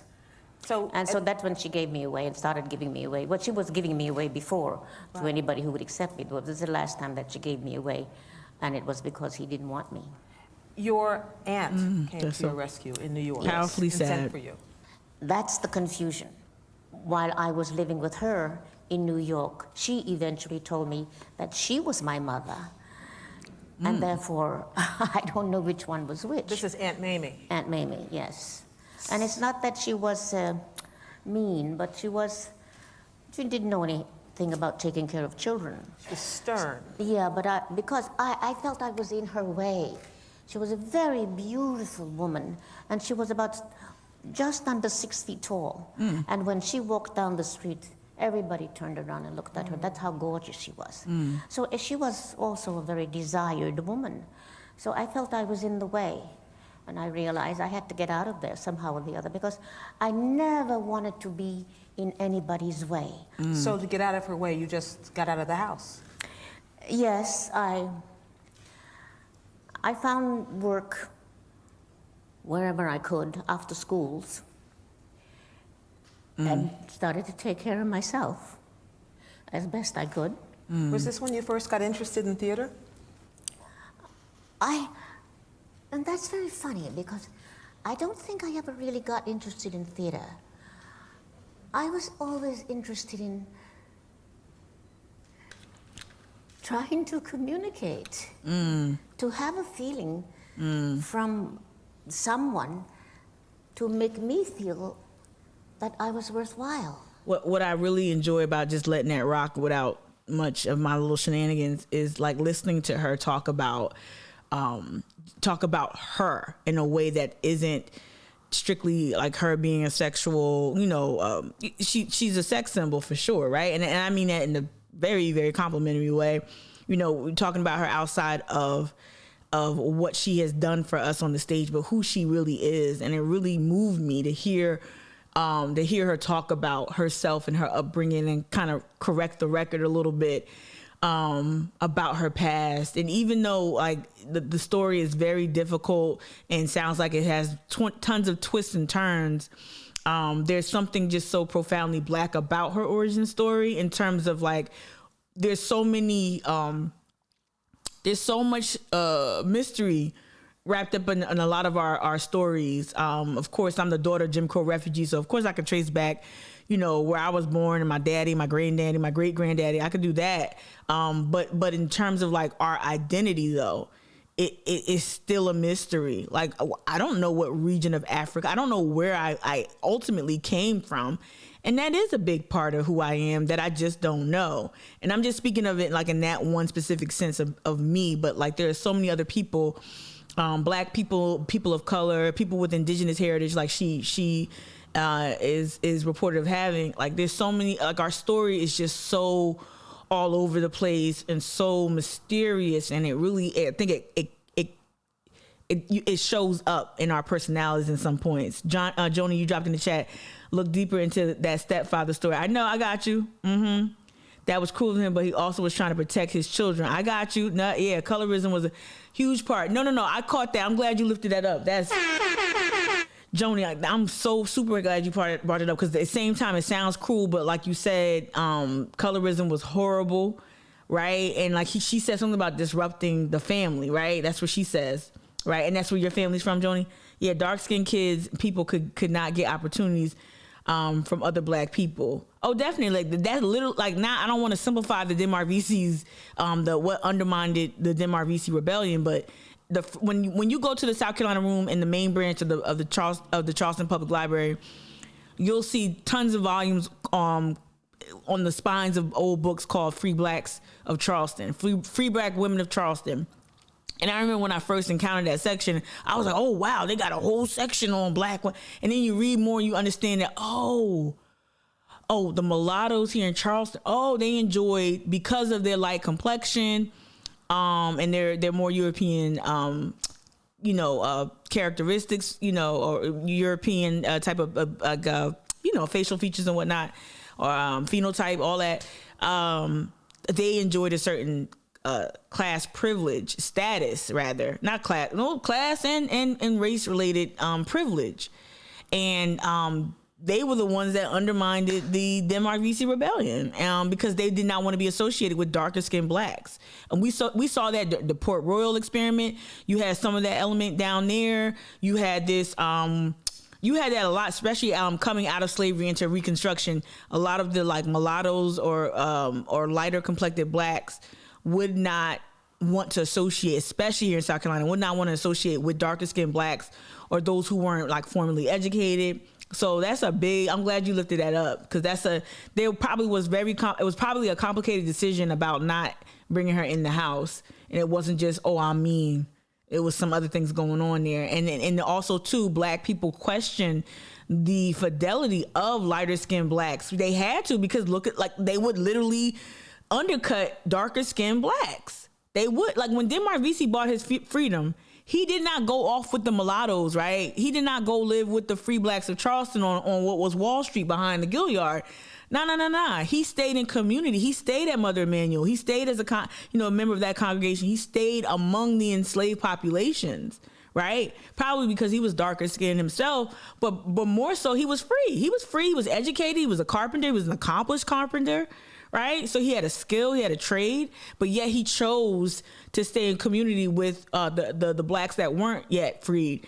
And so when you talk about race in Charleston, you talk about, it's very complicated. And the more she speaks about her background, and I think I'm gonna transition to another clip, the more she speaks about her background, the more I hear how that past just haunted her for a minute.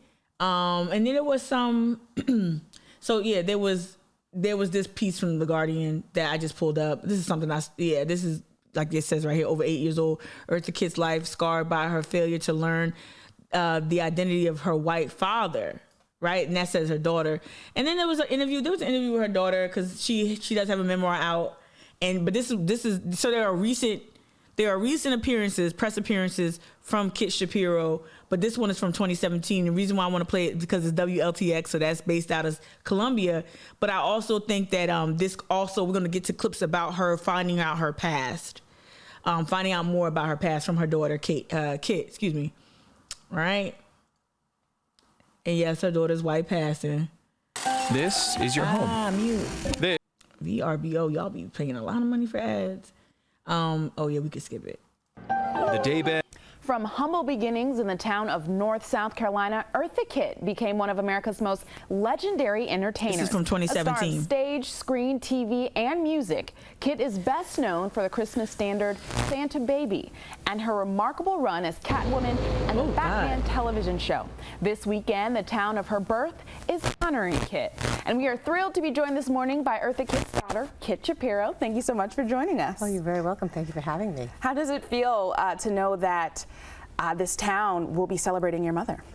It feels, it's sort of, it's heartwarming to me. It's unfortunate that my mother, who would be 90 years old on her birthday, which is January 17th, isn't able to be here. But it feels so appropriate because, I feel like we're come full circle and I'm coming back to the earth that she was born. And she used to always talk about how she was just a cotton picker from the South. And she never forgot her roots, and she always was connected to the earth. And I think that's because of where she came from and how she grew up, which wasn't always easy at times. No. But she remembered it always and spoke about it as part of, making her who she became.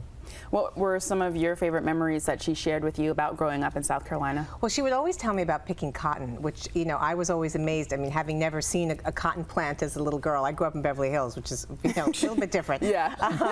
But she would talk about how picking cotton was very difficult because it's very pointy, that the bulb, has the little sharp edges to it.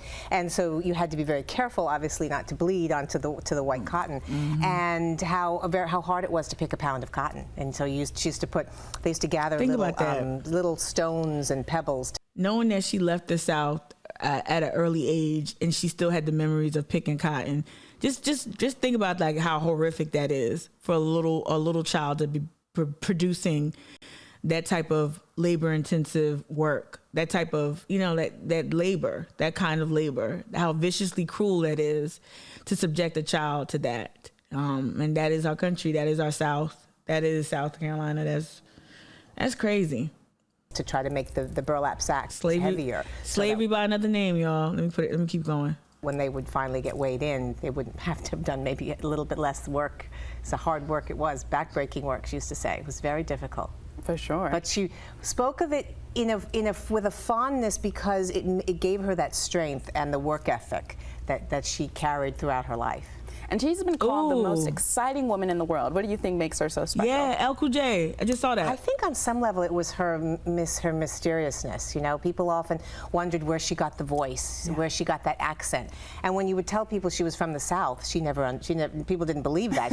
They thought she was from Europe. But because she spoke so eloquently and had what sounded at times as a European accent. But she read a lot. She believed it was really, really important to become as knowledgeable as you can about all different subjects. And she loved to travel. She thought travel was the ultimate in learning. And she made sure that I traveled and saw what the world, how people really lived in the world. And I think that's what made her so unique. Yeah. And I think maybe it wasn't so much as Orson Welles was the one who dubbed her the most exciting woman in the world. But I think it was because of her sort of mysteriousness, and she was always thinking, and you could sort of see that behind the eyes. Right. But you never really knew what was going to come out. Always unexpected what she would say. What's your favorite role that your mother has played? Well, I could be really corny and say a mother, because she named me Kitt, and she would often say, I'm Eartha and this is Kitt, as if I completed her somehow. Aww. And I think in many ways I did complete her. I'm gonna pause it there. It's very touching. But like El Cool J, you said that the Eartha Kitt piece in the Oxford American. Who has that here? Oh my God! It's literally on my. I took it out of the plastic because I wanted to keep this as a keepsake. I think I have 2 copies. Let me switch up. Let me be self-indulgent, and then I'll pull up the article if it's still available. But yeah, so y'all see me reference this, right? So this is the 2019 Oxford American here, and so Oxford American does a Southern issue, an annual Southern issue. And another one they did back in, this was 2020, was this 2018? Yeah, this is the year prior. They had Nina Simone on the cover, right? So they usually highlight a Southern native in their music. And you all know I loved this cover with Mr. Ron McNair here playing the sax in space. Right, rest in peace, an amazing legend. But in here too, they have, I know it's mirrored. So Eartha Kitt is featured in there. There's a great article in here. Yeah, with the Ron McNair part is great. So I had this on my wall because I love the cover, and of course, well, is it tacky that I keep saying this? Is it tacky? Y'all keep me honest. Yeah, the CD, I had the CD up there. It's next to Megsy's track listing that she gave me. But is it tacky? It is tacky, right? It's tacky. The divorce is final though, so because I ghost wrote this piece. So it's under Benny Starr's name, but I wrote this from front to back, and that's really why I love this issue for a lot of reasons. The music, the compilation, but I like what I wrote. And yeah. So is that tacky to keep saying that? You said no, not tacky. Yeah. Now let me be candid. Only reason why I even you don't ever want to if you write something for somebody, stay a ghostwriter, right? Whatever. But y'all know this, he and I are not friends anymore. So the part of it was that really hurt was that when this was published, there was no acknowledgement. Let me just say it like that. So it was almost like, oh yeah, you wrote that. And so I'm like, now when I get a chance to talk about what I've done, what I've written, I'm gonna talk about it. So it's kind of like a reclamation of the celebration I never got from writing something that was published. And even though I knew the terms of the situation, but still not to be applauded for that. But within it, look at me putting about myself, but within it, there's a great piece to El Cool J's part. We're gonna look it up though online. There's a great piece in here on Eartha Kitt as well. And like I love the Southern editions. I guess they still do it. Yeah, right here.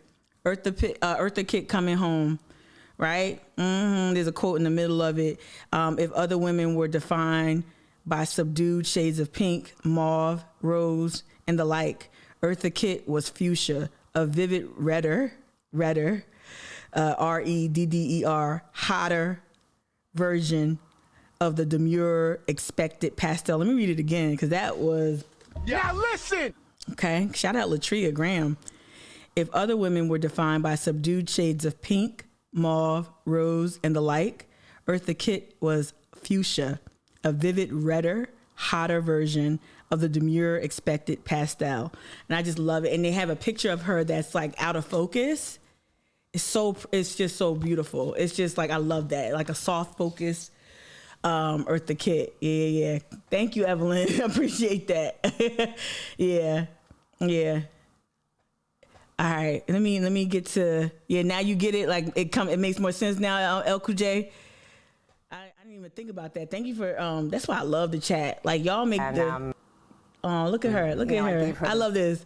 That's what really got me inspired to do this live stream as like a tribute to Eartha Kitt was looking at Eartha. Shout out Black Southern Belle. Shout out my girl Michelle. Michelle always lifted up Eartha Kitt in the kitchen, Eartha Kitt on Thanksgiving, or Eartha Kitt preparing holiday meals. And a lot of those photos that Black Southern Belle would use in some of her blog posts were these older pictures of her with her daughter, right? And so oh wow. And I'm telling you, the images for Eartha Kitt are like endless. Like I can't find a bad picture of Eartha Kitt. Like I can't. Especially her in her old age, her being honest, her showing up without the glitz and glam. I think those are profoundly beautiful pictures. Like you just can't find you can't find a bad picture of Eartha Kitt. Like nothing. Early Eartha, young Eartha. Just an amazing. And her little girl, like this is just so cute. I'm not even one for sentimentality like that. But like it's just so cute. Oh, it's a tiny one. You get it. It's just so cute. So cute. Look at that. Look at Kitt. So cute. All right, so let me try to find that. Let me see if I can find that Oxford American. See if that's under lock and key. Cause that was a good piece. And we're gonna get back to some videos for the American. Eartha Kitt. Yeah, right here. Yep. Yeah. Shout out to Lynn. Yeah, so I'm not gonna read this whole thing, but I'm gonna invite y'all. This came out during Meekmas of 2019. So yeah, I'm gonna invite y'all to read this at your leisure. Oxford American, Eartha Kitt coming home. I'll read the first paragraph. All right. When I turn, this is written by Latria Graham. All right. When I turned on my car, Eartha Kitt's voice poured out of the stereo and covered me like smoke. Ooh. And an aural, AURAL, y'all, vapor. An aural, like aura, right? An aural vapor, a remnant of the hot, fast-moving fire that the cabaret singer embodied when she was alive. I like this. This is who JBH thinks she is. Shade. Let me stop going shade and post the curve. I like this. I'm so biased. I'm so unfair, right?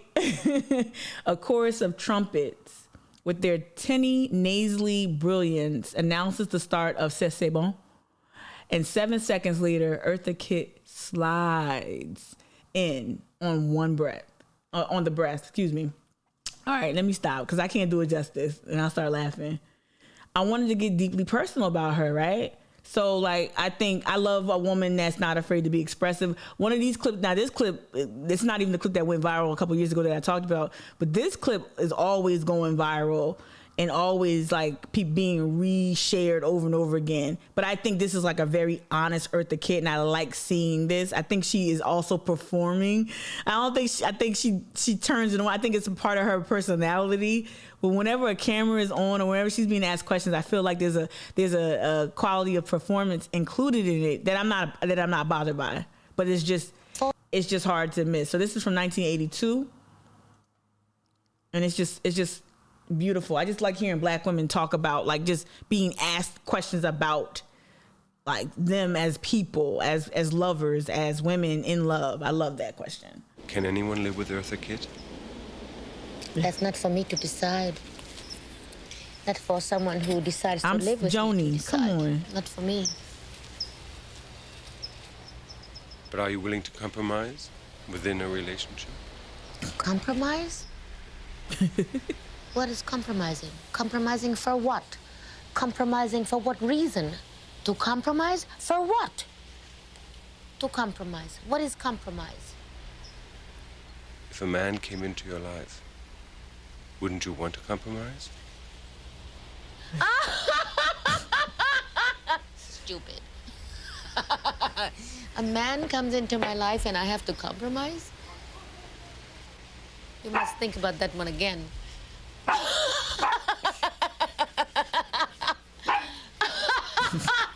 A man comes into my life and you have to compromise for what?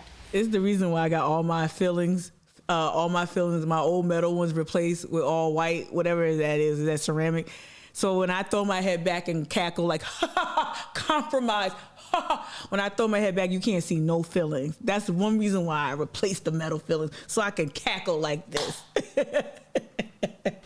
For what? For what?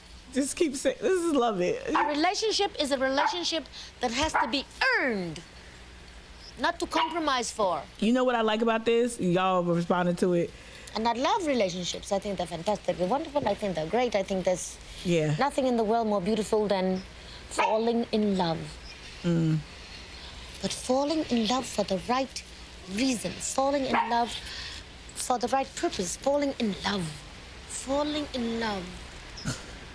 When you fall in love,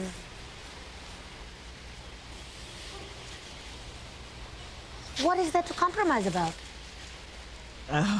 It's just, I just love it. I just love just showing up as yourself, showing up just in such a demonstrative way. I think it's so powerful from a Black vessel.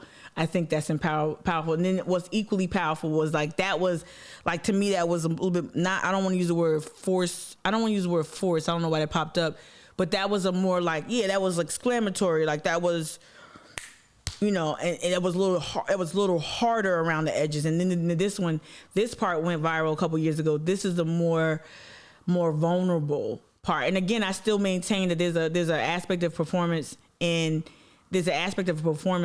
how she shows up, even when she's answering questions. But I think that it's not that fake performance. It's not performative vulnerability. I just think that she is somebody, when she feels something, she has to show you. I feel like that. Like when she feels anything, a song, she'll show you with body language. And seriously, like I'm a big person on I pick up on a lot of body language. I'm not the most physically emotive person, but y'all know me. I'm very expressive with my hands. I talk loud. I laugh loud. And part of that is me actively trying to take up more space as a Black woman in the South. Right. And so when I see her do it in her own elegant way, I guess I pay particular attention to it and make note of it, how she's just so expressive physically. And I think it's just her working out her feelings and working out what she's thinking at the moment, what she's feeling at that moment. Two sides of Eartha Kitt, if I say, from the book, it seems. Mm. There is the very vulnerable, innocent young girl. Evelyn, 100%. Abused, as you say, and rejected. Yes. And then there is the extrovert person. When does one character stop and the other take over? Are you conscious of the two sides of your character? Very often I am, and then sometimes I'm not. Mm. And when I catch myself realizing that I have reverted back into being Eartha May, I have this to... This is Eartha May, which is what your name was when you were very poor, and your mother actually passed you on to somebody else. Yes, she gave me away to a family that eventually wound up using me as a work mule. And my mother gave me to this family because the man that she wanted to marry said, I don't want that yellow gal in my house. It meant being an illegitimate child and also the wrong color. You are not wanted by the blacks, and the whites couldn't care less. So this black family, who had 2 teenage children, used me as a, whatever they could use me as a Such a complicated story. And then I was also a... Right, Evelyn? Young gentleman in that family. Were you? How old were you then?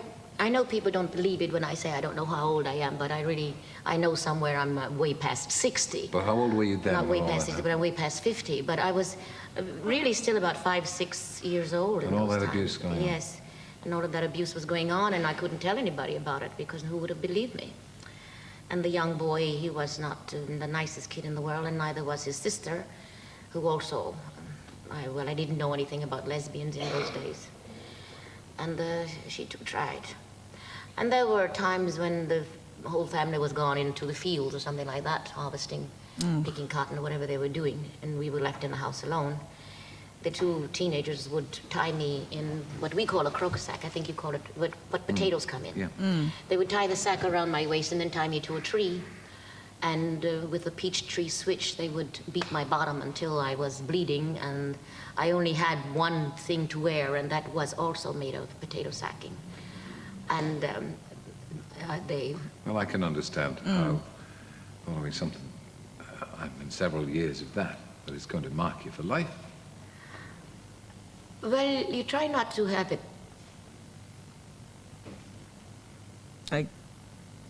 leave a scar on you. Yeah. What year was this? Emotionally or mentally, but of course. And even though the physical scars... This is 1989. And you start talking about it like we are talking about it now, and you try to not get emotional about it, but all of a sudden those feelings do come back. And the idea of them tying me to a tree, and you're not able to escape at all. Yes. And then you had an auntie, your mother's sister, who looked after you then. So this is important because we're going to get to her origin story, and South Carolina playing a role in that. I wanted to get to... I was not taken away from this family. I don't know if this is because it's 2 parts. Let me see. Myself in my subconscious. And when I'm writing the book, when I was writing the book, I realized that more and more. And that's why maybe sometimes I am going around looking like the urchin that I really know I am inside of myself, and not wearing any makeup and not caring about what I look like. That little ugly duckling was always told she's an ugly duckling. Nobody wants you. And she's trying so hard. It's so hard. It's hard to find somebody that says, Eartha May, it's all right. You want it too. But nobody's done that yet. Maybe I have not given them a chance to do so. I don't know. But she keeps hoping. But people must have shown you affection and love. This part. In your life. This Is question. it that you can't accept it? The public and my daughter, yes. The public. Never. If it wasn't... So I'm gonna stop here. Y'all know that I'm a big TCM fan, right? And this is something about this. I'm not comparing her to whatever. I don't even need to preface it with that shit. But anyway, I heard Betty Davis say something similar to what she's about to say here. Well, no, Betty Davis' kids play her at the end. But Betty Davis always talked about her career was her most satisfying relationship. And I'm hearing more and more successful women say this, talk about how hard it was, interpersonal relationships or personal relationships or familial relationships are really tough, but the career is really what saved them. And then just hearing her kind of just talk about navigating relationships, and he asked well, someone must have given you affection. And it almost, to me, even though she doesn't say it explicitly, romantic love is just kind of, when she laughed, I kind of felt it. Romantic love is important. Everyone, I love romance. I read romance novels. I have them all up on shelves around this apartment. I love romance, love reading it, but we also know that romance is it's not the top tier of love. It's not to me. I don't care what they telling you on Valentine's Day. All right, just to hear her kind of talk about it here really makes me really think long and deep about her career too. What type of outlet her career and her daughter Kitt, what that provided for her in lieu of other things that she had to drop as as she's climbing, climbing out of her past, out of tough time. And my daughter, yes. Yeah, so much honesty for real. If it wasn't for a man. public, yeah, a man has always wanted to lay me down, but he never wanted to pick me up. Oof. Oof. And the men that did have real love and affection for me were the ones that never touched me. That was Orson Welles, Ruby Rosa. And there were a couple of real love, strong love that men have had for me. Two of them, John Barry Ryan III and Othello Jr. But then the mothers step in. And I think very often the mothers, particularly with boys who come from extremely wealthy families and they are the only son, they would rather them marry trash than marry someone of color, no matter how wonderful that person of color. I think it wasn't until I prepped for today that I realized how much her identity really did. Her identity really created so much complexity in her life, and I think. I knew it, saw these clips, consumed them just like everybody else does on social media. Oh wow, she said that thing back in the 80s, that was dope. Oh wow, she said that thing back in the 90s, and that was piercing, to use one of y'all's adjectives in there. Like, just the depth of pain, or just not even just purely pain, just all these different emotions, the depths, I really underestimated it. And it's really sad to see her constantly having to navigate that, like when asked these questions. It's really a lot. There was one more it was a couple more, but I wanted to show, again, talking about her expressiveness, this is one, like, she's just super, no, where is it at? She's just super expressive when she performs. Where was it? I just saw the thumbnail. Okay. She was so super expressive.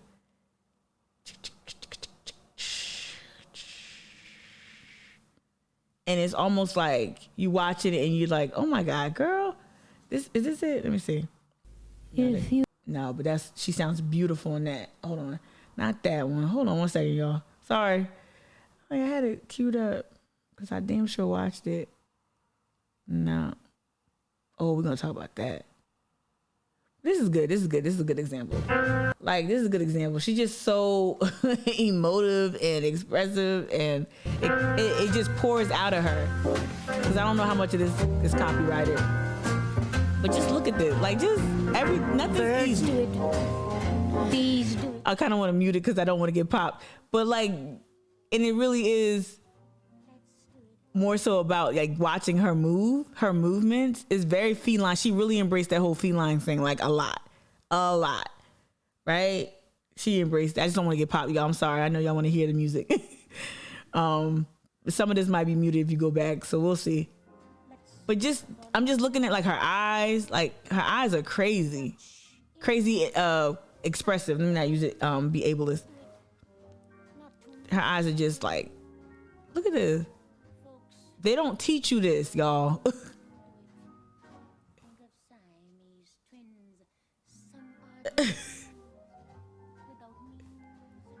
And, like, that's a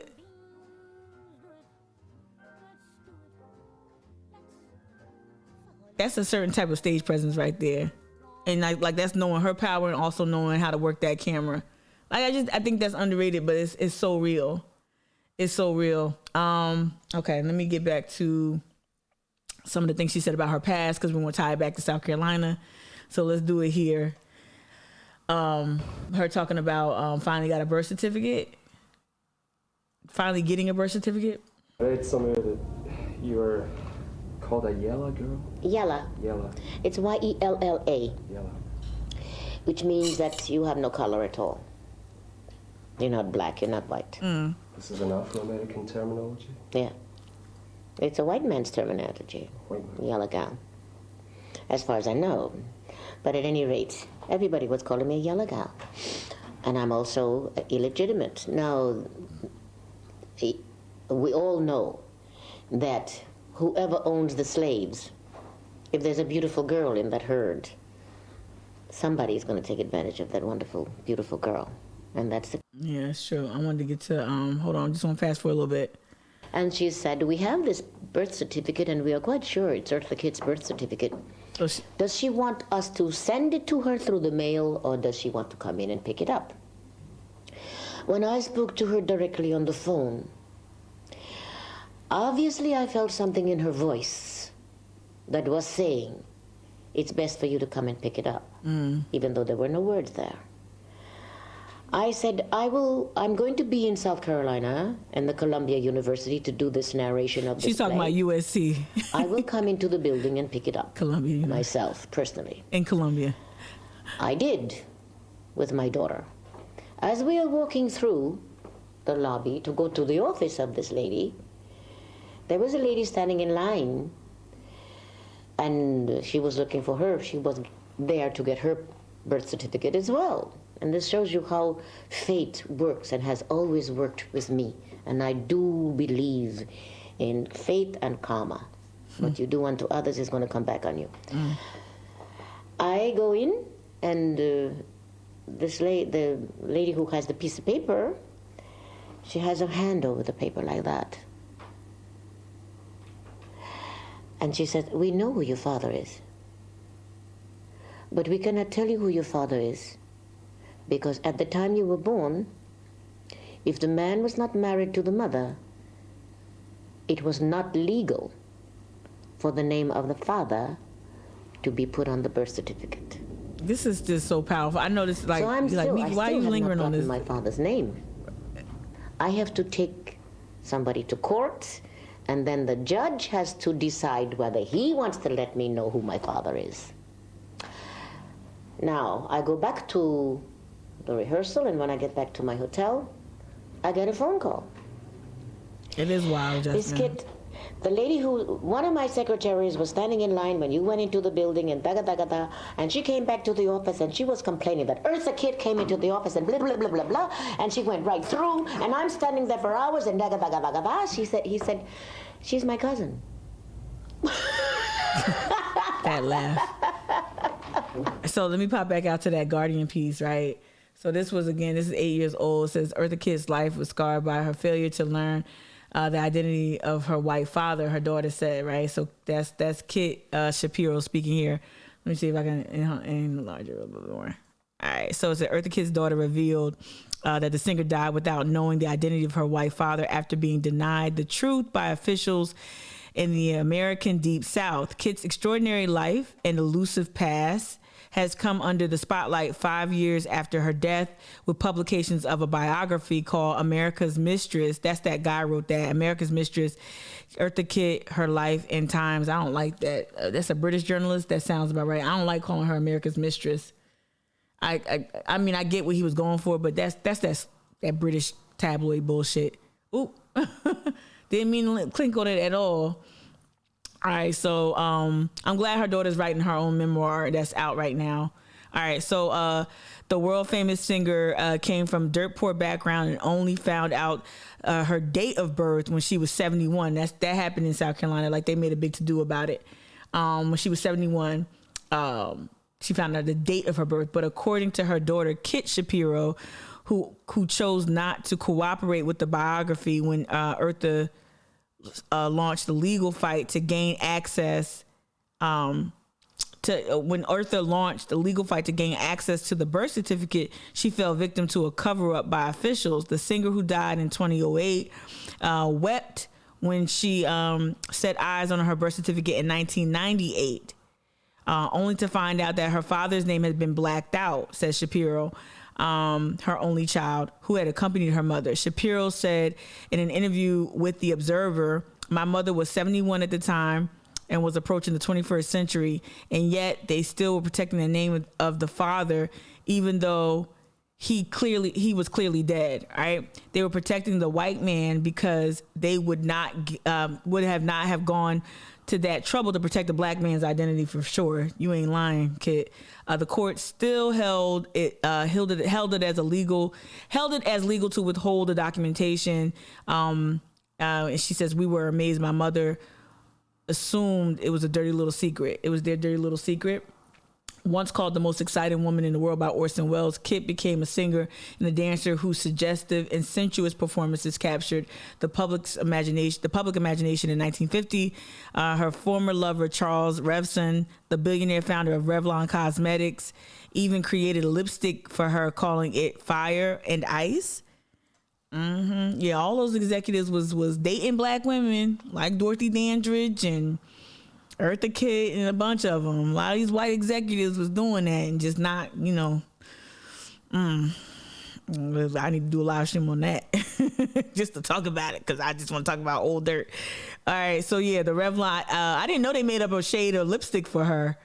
I ain't gonna marry you, but I'm gonna create this shade of red, I guess, version of what was that? What's that one from MAC? Woo Woo. What was it? So what is it? Woo.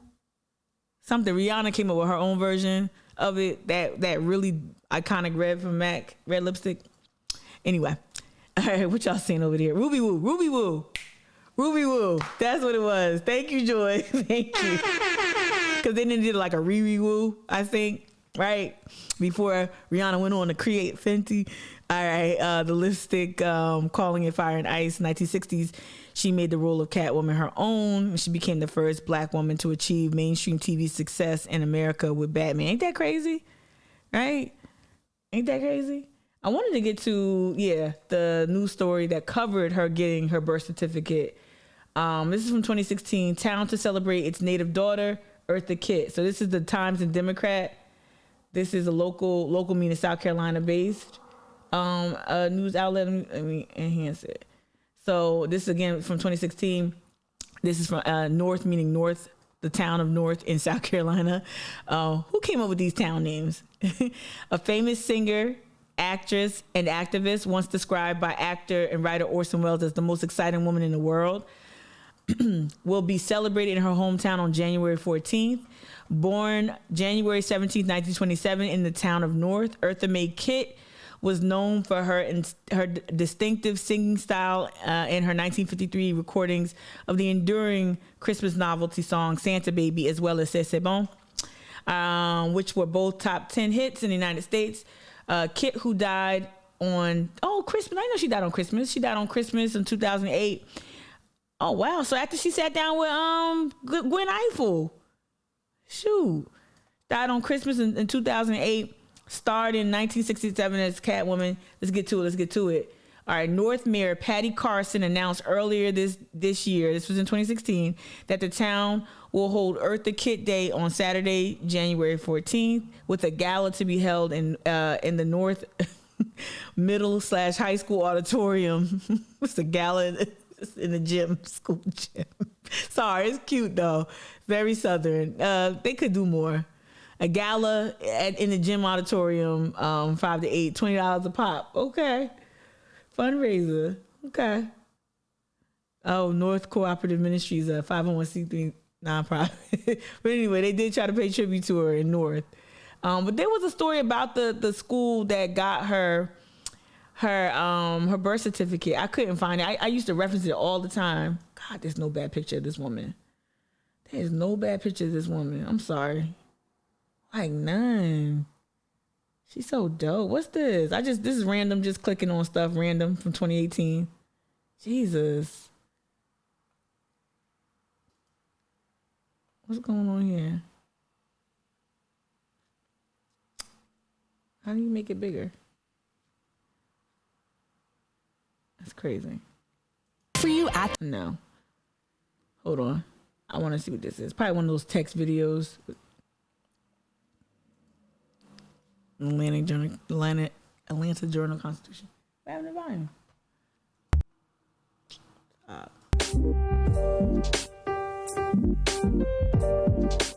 South Carolina born entertainer, singer, passionate political passionate political social activist, tirelessly working with Black youth. She surely did.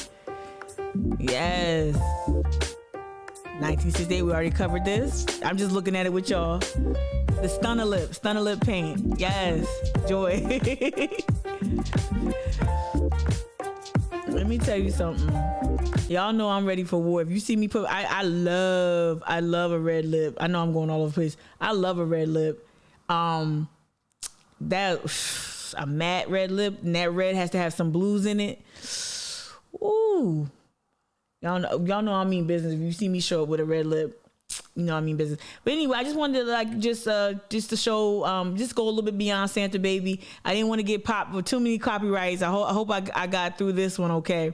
But I just wanted to pay homage to this extraordinarily just amazing woman performer, native daughter of South Carolina on the eve of Christmas Eve. Really just lift up not just what, you know, how she showed up on the big screen, but lift up like, you know, a lot of things she stood for and things she said. Stood for. Just amazing, just iconic. And she's complicated, and I love it. I want more complicated. Let me tell you something. Jet Magazine used to have like a weird ass, like, Jet used to do some, let me just end on this note, because you know, you can find all these Jet covers with her on them. Jet, y'all was on one with her. Like, look at this editor, like, look. Eartha Kitt, her career has aroused mixed comment from her women competitors. It's so problematic. What women singers think of each other. Trying to play up the drama. Like, Jet, I was like, at first I'm like, oh, these pictures are so dope. Then you read like, look at this one right here. Eartha Kitt lives without love. Like, what the? Eartha Kitt, popular singer, singing star, shuns romance. What are y'all doing? Eartha Kitt's private dates. Oh my gosh. Like, Eartha Kitt has a reason for dating world figures. Like, it kind of like trying to say she promiscuous or like, it's just weird. And then, you know, and what year was that? 57. Because sometimes, you know, Bucker influence be coming out in some of this stuff. That shit was crazy. Anyway, yeah, thank you so much, Alicia. I'm so happy you joined me. Yeah. Yeah, so I just wanted to lift her up and just talk about, that's so crazy. Shuns romance. As if a man makes her. It looks like she was most happy. Cause look. So I used to make memes out of Eartha Kitt. And it looks like she's most happy when she's like with her daughter. I don't know if it was just like some kind of like, oh, hey, the magazine's coming over to take these pictures of you and your daughter. You know, have your best face on. But some of her pictures of her with her daughter are like the ones where she looks most like in love. And then like you do Eartha Kitt, Louis Armstrong. I used to just make mad memes. Like whatever mood I was in, I would, where's that picture? It's the picture of them all together. I love this one of her and Nat King Cole. I thought that was cute. But there were pictures of her with like all these other male musicians. There it is. I got it without the yeah. It's just her and like her face. And like Louis Armstrong's here. And you got some other notables. I forgot their names right now. And she's just glaring. Like, it's just like she has so many pictures that she just is a mood. She is a mood. But anyway, damn, she's so photogenic. Just so photogenic. Just so dope. All right, that's it. I'm gonna leave it there. Jet be doing too much. They did, never really care about Jet at all, right? They were like trying to just be like almost like a tabloid. The Jet Beauty of the Week. If you black and you, only thing I regret is throwing away all them Jets that we had in the house or something like that. But Jet was on one when it came to her. Always in her bedroom, like relax. But no, Eartha Kitt has all these pictures like her with like I love this picture of her with Kitt. I love this picture of her with Kitt. Like that's I don't know what that's so.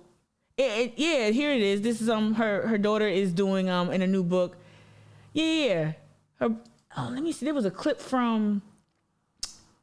All right, I'm gonna dip. I always say this. There was a clip from Channel 11 News. I grew up with Channel 11 News, and they did a story with Kitt. With Kitt about her mom. Here it is, Channel 11. I think there's some music in the beginning that I don't want to get popped for copyright. Yeah, here it is. So I grew up with Channel 11 News, WPIX. Thank you so much for joining us. That song, it's a classic. Santa Baby, Eartha Kitt. She recorded it in 1953. She was an iconic singer. I'm about to leave. Emmy Award-winning actress, activist, and mother. And this year, her daughter, Kitt Shapiro, released a new memoir about their life together. It's called Eartha and Kitt, a daughter's love story in black and white. And joining us this morning is the one and only Kitt Shapiro. Hello, doll. How are you? Well, how are you? I'm great. And in full transparency to our viewers, Kitt and I are friends. So this is just like two girlfriends meeting over a glass of water. We'll try something a little stronger this weekend. Kitt, I know you, I know your story and your family, but I'd love for you to share with our viewers what your inspiration So this is recent. was to write this memoir this year in particular. Well, I think the book is titled A Love Story in Black and White, and for numerous reasons. One, the difference in the way my mother and I looked. I've had numerous people on social media tell me that I can't possibly be my mother's biological child, that she obviously lied to me because she wouldn't have a child that looks like me, which of course I think is, just preposterous. Obviously, genetics are an incredible thing. I am her biological child, I'm an only child. And, I think that it's just the timing was People just get so caught up on phenotype. It's crazy. About the subject of kindness, how my mother raised me, to appreciate our differences and to embrace each other for our differences, because human beings, we are all so unique. And Bye. we should I'm gonna leave. I'm gonna leave too. I just wanted to play this. And respect that. And so the book is really just, I call it a love Bye, story Joni. Merry Christmas. It really is. It's a tribute to this woman who taught me so much about human kindness and about being a real person, not so much a celebrity. That's right. Yeah, and I think that's what I wanted to leave on that note. Like this who she was, mother, activist, all that stuff. Just really hearing from her daughter too is important, especially after that other book came out, which I do not like the title of it. I don't care if it's really well written. I don't like calling her America's Mistress. I don't care who she slept with or who she dated. That's just, you don't do that to men. Like, Clark Gable was out here hoeing it up. Like, seriously. Children out of wedlock, they would just put them in adoption and come back and get them later and adopt them. Like men was hoeing it up. Big time. But yeah, America's Mistress. And to be a white man who wrote that book, I think it was a white man because he was in one of the other clips. I think that was really gross. Anyway, that's it. Listen to Santa Baby. I couldn't play it because I don't want to get popped, but listen to Santa Baby. Have a great Christmas. If you black, have a splendid black Christmas. Yep, Santa Claus is black. Remember that. Piss off somebody. Piss off I do not like. I don't want to own the right at all. Piss somebody off. Tell me, did you know Santa Claus is black? Right? Anyway, take care, y'all. I appreciate y'all so much. I'll see y'all on Monday. I'll be back Monday. I'm gonna take off, relax. I gotta cook. I gotta finish up some banking stuff. Hey, Caroline. Black Christmas. See you on Monday, y'all. Get some rest, all right? Take care of yourself. Bye.